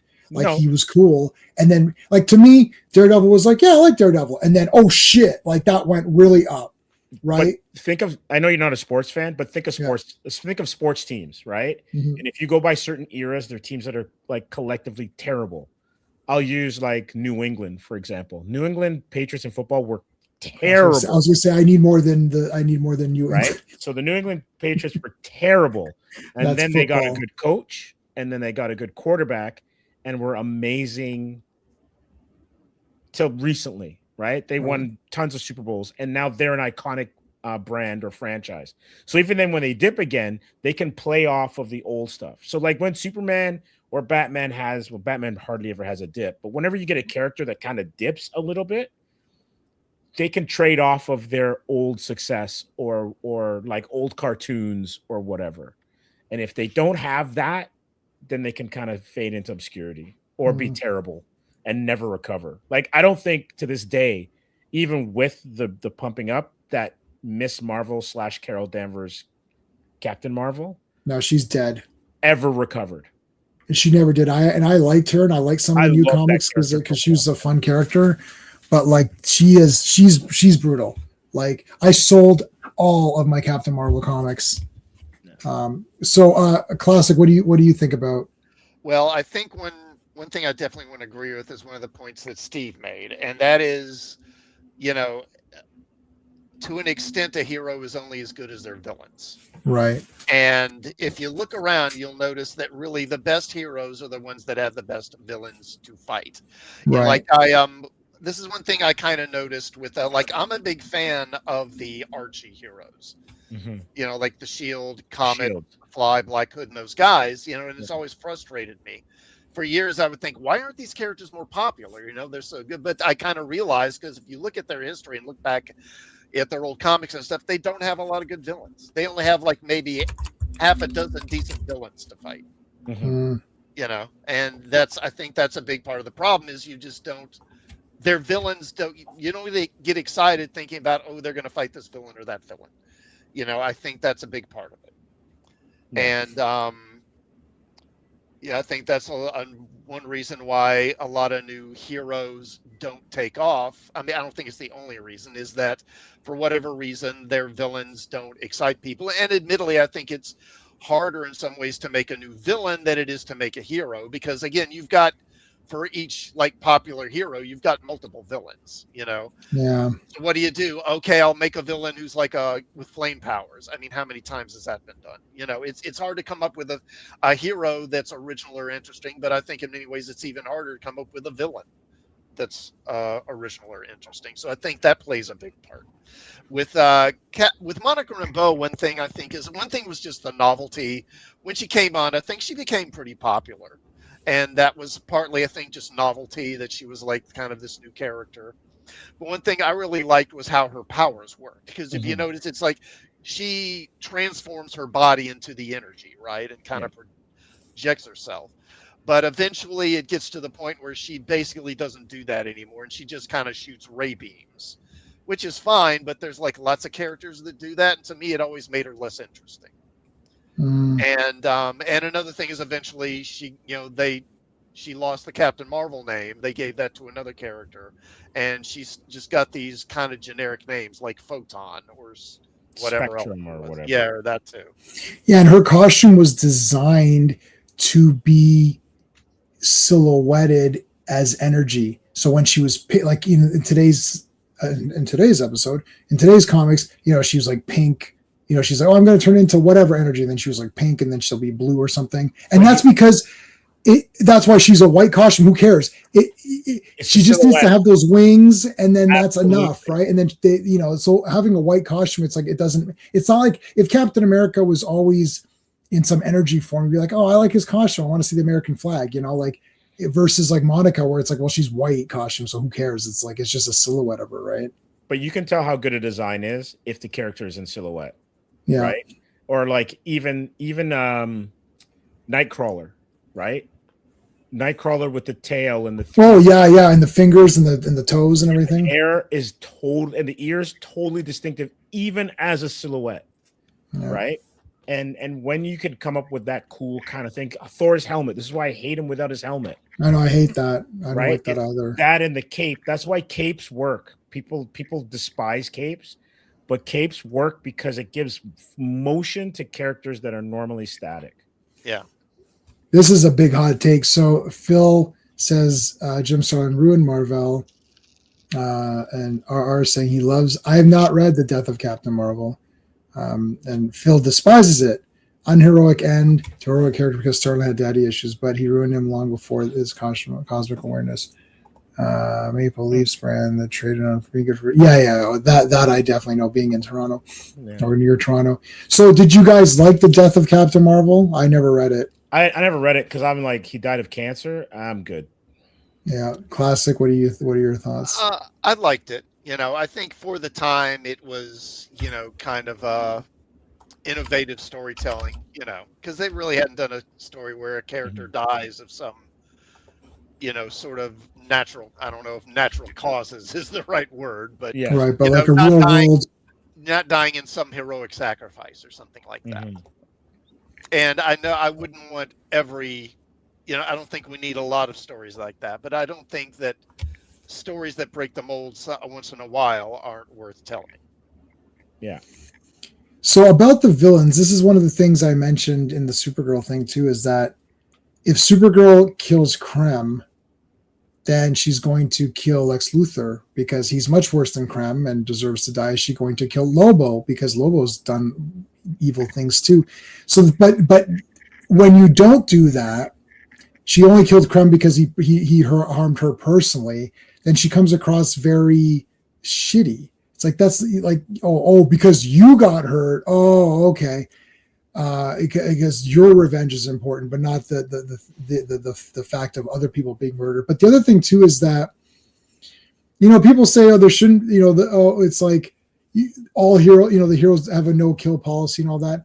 Well, they have a no kill policy for comics code and morality reasons, but it's really for narrative reasons because we can't name any of the Phantom's villains or the Shadows villains or Doc Savage or there's a couple guys like Spider has the Fly. Okay. That's literally the only one because Spider killed because you're reading the Spider novels. He kills the bad guy at the end, puts a spider mark on him. Done. Move to the next guy. Nobody thought the villains could be marketable as characters until they were.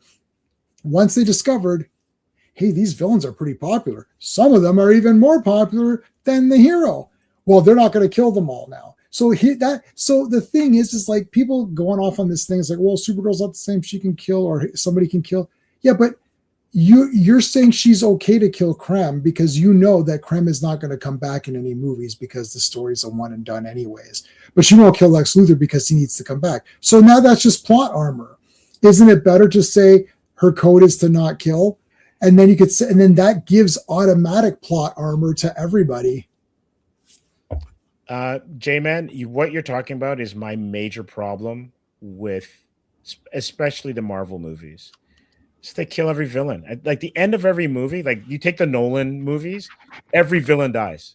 At the end, even though he wasn't supposed to, they're not supposed to die. Batman has a no-kill rule, but they still die somehow. Somehow, right? Hit by a bus, whatever.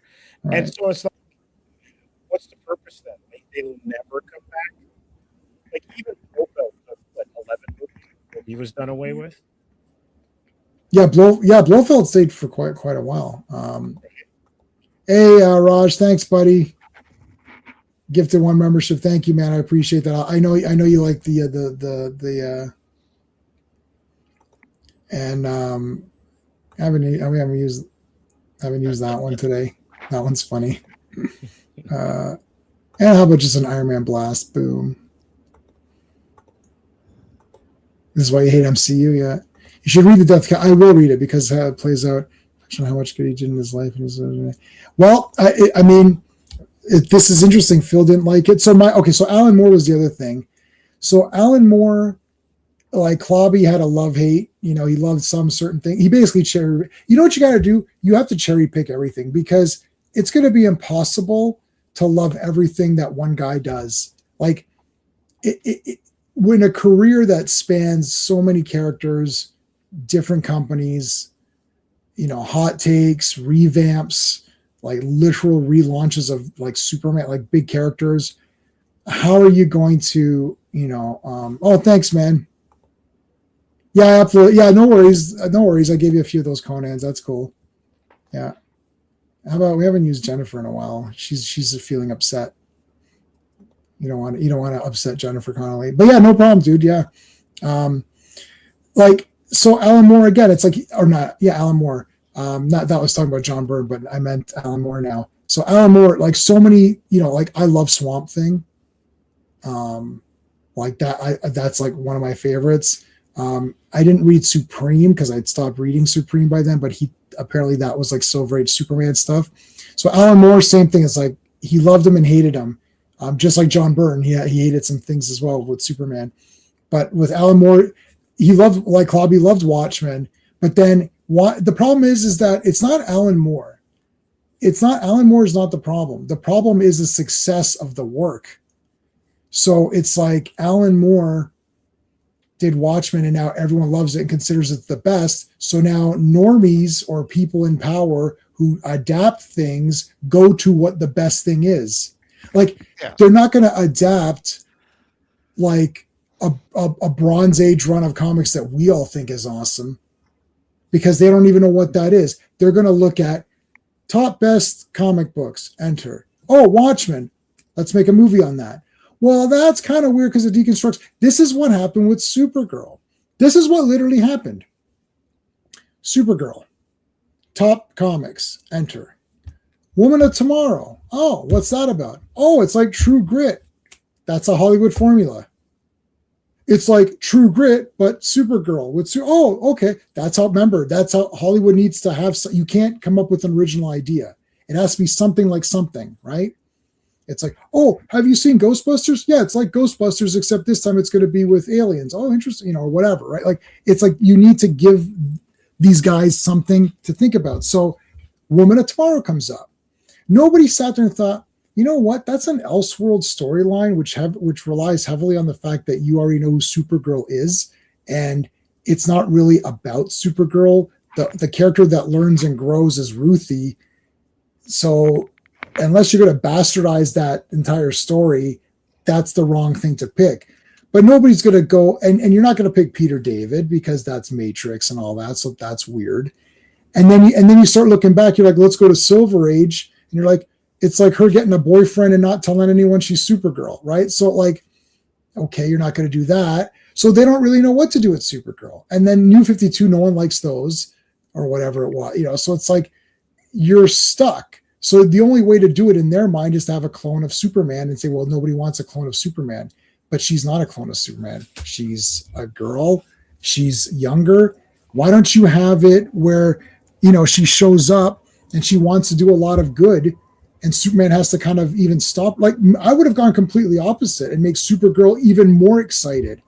She lands on, she just lost her entire family. She lands on a planet where she has her cousin.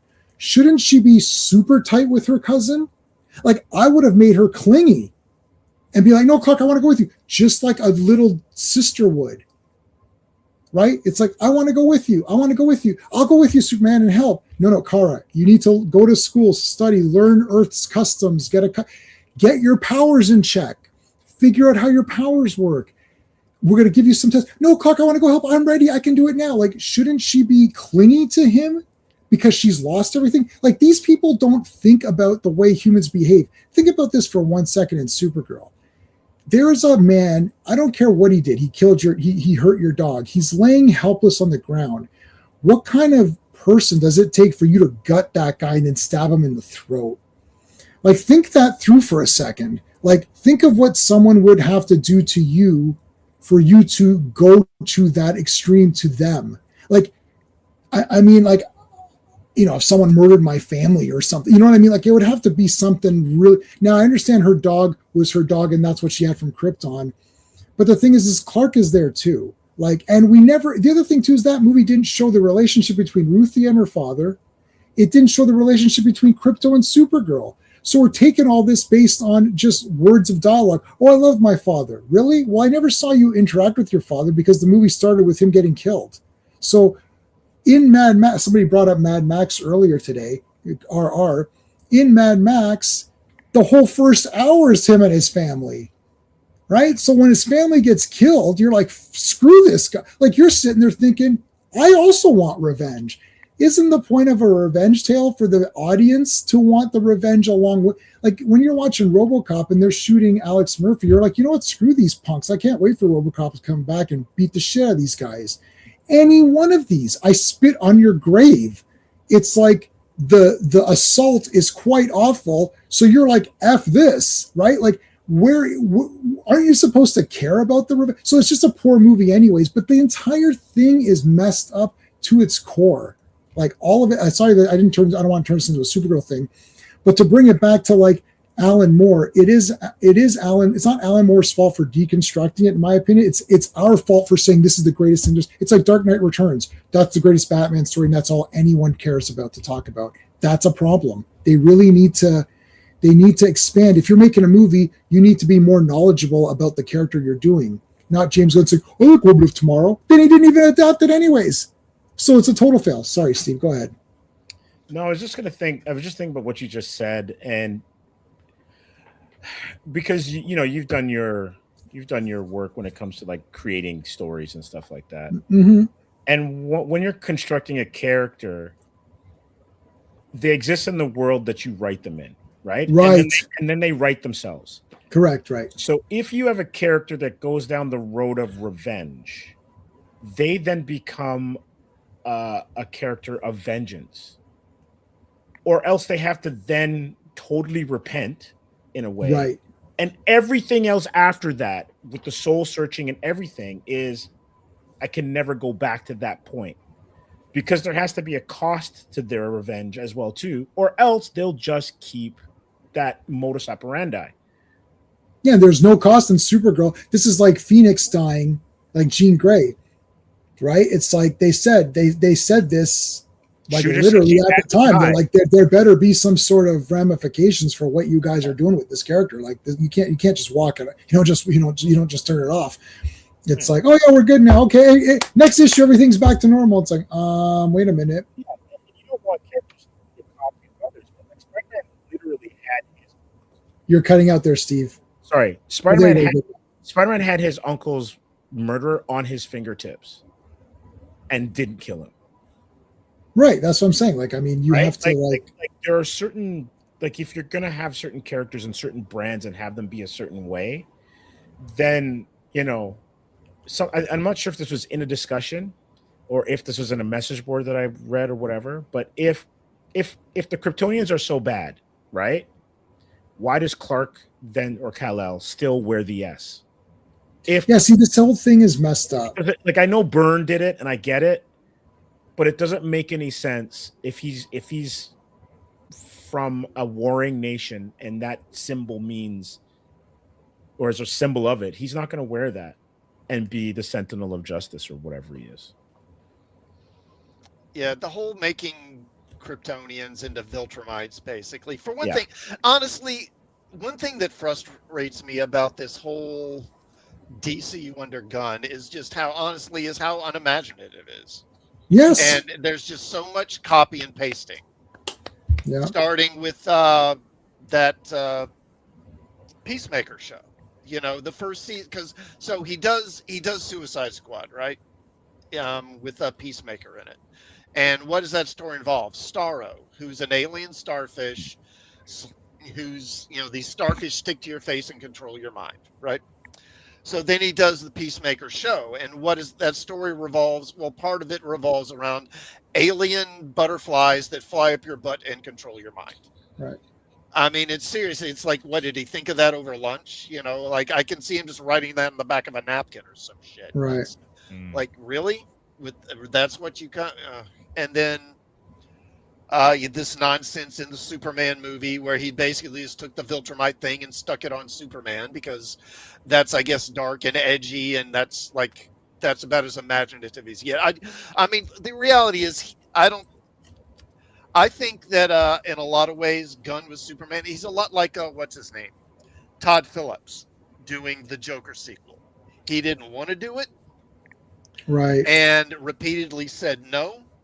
But they basically just kept upping their offer and offering him more money until eventually he's like, okay, fine, I did it. And then he pretty much just did it out of spite, really. Right. Exactly. And I think, honestly, Gunn is kind of the same with Superman in particular, and this DCU in particular. I don't think he really wanted to do it, but they basically just kept after him and kept offering him more money and eventually said, we'll give you the whole studio and you can have total freedom to do whatever you want. And he was like, okay, fine. And I don't think he ever really wanted to do Superman or like Superman. And then we get this Supergirl movie, and it's basically, I haven't seen it. Right. I'll say that. I've watched multiple reviews, and it seems like it's basically just a pastiche of stuff from other movies, from the Guardians movies, Mad Max movies, John Wick, because they like Killer Dog, and maybe the Marvels and stuff like that. Right. And it's like, this is just. And what's funny is that they didn't even use the comic anyways, because the comic, as dumb as Tom King is, he understood that, well, there's needs to be some lessons here in the comic. Ruthie, just by hanging around Supergirl and watching her do good deeds, learns to be a good person. Like, at least that bottom line is a nice thing. Like, she watches Supergirl do all these deeds and behave in a good way, and then Ruthie becomes a better person through observing Supergirl. If that was the actual theme, then at least I'd be like, you know what?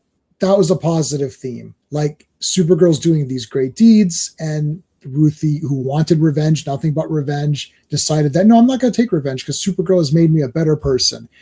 In the comic book, it's all done with words because Tom King just writes words. It, like, what I'm reading, because it's like, I learned to be a better person. I was like, really, what page did you learn that on? Because I don't, like, he just wrote that. It's like, okay, sure. But at least he wrote it, which is to say that he thought that, he didn't express it well in the comic pages, but at least it's verbalized. Like, Ruthie's like, wow, I learned so much lessons from Superman or from Supergirl. At least have that. But at the end, she kills the guy. It's like, well, then what am I watching this for? Like, what is your daughter supposed to say at the end of this movie? That's the whole point. Again, I said this, what you guys did when I said the hope thing? Mm-hmm. I'm like, hope is keep saying Superman stands for hope and all this fucking nonsense shit. What are you talking about? It's a character. You can write anything you want. You're supposed to feel good about yourself and have hope for tomorrow after you watch the movie or read the comic. That's the point of the movie. That's why Christopher Reeve looks at you when he's flying away. He looks at the audience to be like, you see all this cool shit in this movie? Now you're going to be a better person going forward because you're going to be just like me and help people and do good stuff and all that. And then kids will be like, wow, he looked right at me. That's right, Timmy. He looked right at your fucking face. So you're eating your vegetables tonight. You're going to bed on time. You're damn right I am, Dad, because Superman would do that. That's what the hope is, dumbasses. When did you walk out of like, even in all of these any of these movies that have these great heroic moments or anything, you feel good. Like when Aunt May does the speech about, Spider-Man, everyone needs a hero to look up to and stuff, you feel good. It's like, obviously Spider-Man also feels good because he's in the movie hearing this, but he's a fake character. Like, you're supposed to feel good. The hope is that you're hopeful at the end. It's like, wow, I'm going to be just like Superman. That's why kids dress up as Superman. No little girl's going to dress up as Supergirl with a bloody sword and walk around chopping people's heads off. It's like, she's not Red Sonja. It's like, it's so stupid. It's like, where's the hope of that? Well, they can't write anything heroic. Sorry, go ahead, Classic. This whole Tom King's whole original concept for this, I think, is flawed because he's basically was like, I'm going to do True Grit in space with Supergirl. Right. So I'm going to take, this Rooster Cockburn character who's this old, grizzled, like 60-year-old mercenary, cynical, world weary, and and all that stuff. And then I'm going to switch him out with like a not a teenager, but like a college-aged girl. And I'm sorry, it just doesn't freaking work. No, in my opinion. No. The comic sucks anyways. So don't get me wrong on that. The comic sucks anyways. The reason I bring it up is because they kept saying they're adapting it, then they didn't adapt it, and then the people that love the comics. So all of my friends, so Cliff and what's his name, Mark, and all of the guys that came on that. Well, Mark didn't come on the stream. A lot of the guys that came on that stream really, really loved the Woman of Tomorrow comic. So what I was able to do was to ascertain the way they think, because they're like, well, this comic had all these lessons, and Mark came on the channel to argue with Sean and I about the lessons that Supergirl learned, or that Ruthie learned in this comic. And I kept saying, what page are they on? And we'll double check them. But there's no page number because they're not in there. But they're there in words and dialogue. I learned lessons. Oh, okay. Like after the stream, guys, thank you so much for this stream. I really learned how to, construct like chemical equations after this stream. You're like, you did? Oh, okay, cool. Well, that's good. Yeah, I can graph parabolas or whatever they're called. Parabolas. I can graph those now. Oh, you learned that on this stream? Yeah, that's where I learned it, guys. Thanks. It's like, okay, thanks, Jay. I guess you learned it. Like, it's just bullshit. It's like it's just saying words, but the words are still said. So my thing was like, well, now that Supergirl bastardized the comic that you love and made Supergirl into a murderer, now what do you think? And they did live up to their thing, because they did say, yeah, that was stupid. They still gave it kind of a pass, and I got to take these people to task on this. The ending is the movie. Mm-hmm. Like the ending, Superman puts the American flag on to say like, yeah, it's all good, guys, we're good. Okay, that is the ending. If he literally urinated on the flag at the end, you'd be like, well, I thought it was pretty good until he urinated on our flag. Like, it's like, what do you mean it was pretty good until then? That's garbage. That ruins every. And first of all, the movie sucked anyways. This isn't like Saw, where it was awesome and the end was even more awesome. Like, this is like a shitty movie, and then the ending was even more shit. It's like, okay, well, what the hell was that? You know what had just occurred to me as well too?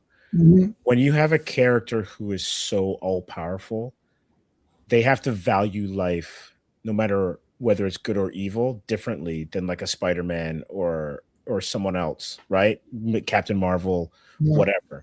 So if you have the power to snuff out life that quickly as Kara, you can't just be flippant and be your own judge, jury, and executioner.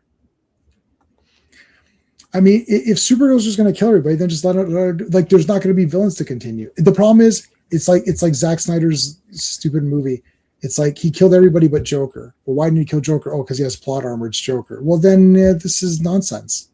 Like James, like the villains would die in James Bond, because it's like the henchmen would die, the villains would die, they all get killed because they're bad guys. They're not going to repeat. Drax is not coming back for Moonraker 2. But also, too, James Bond is an instrument of war, right? Yeah. Like, he's a Cold War agent or a secret agent or whatever. And so his moniker is License to Kill. Yeah, killing people is his job. That's his job. On that note, that's a great job to have. All right, on that note, guys, we're done for today. We'll see you on Wednesday for G.I. Joe, a real American hero, where there's going to be a lot of gunfire and a lot of people get killed, and it's awesome. See you guys. Hey friends, you've just been listening to J-Man, and he is the smartest person who ever lived. So make sure you like and subscribe.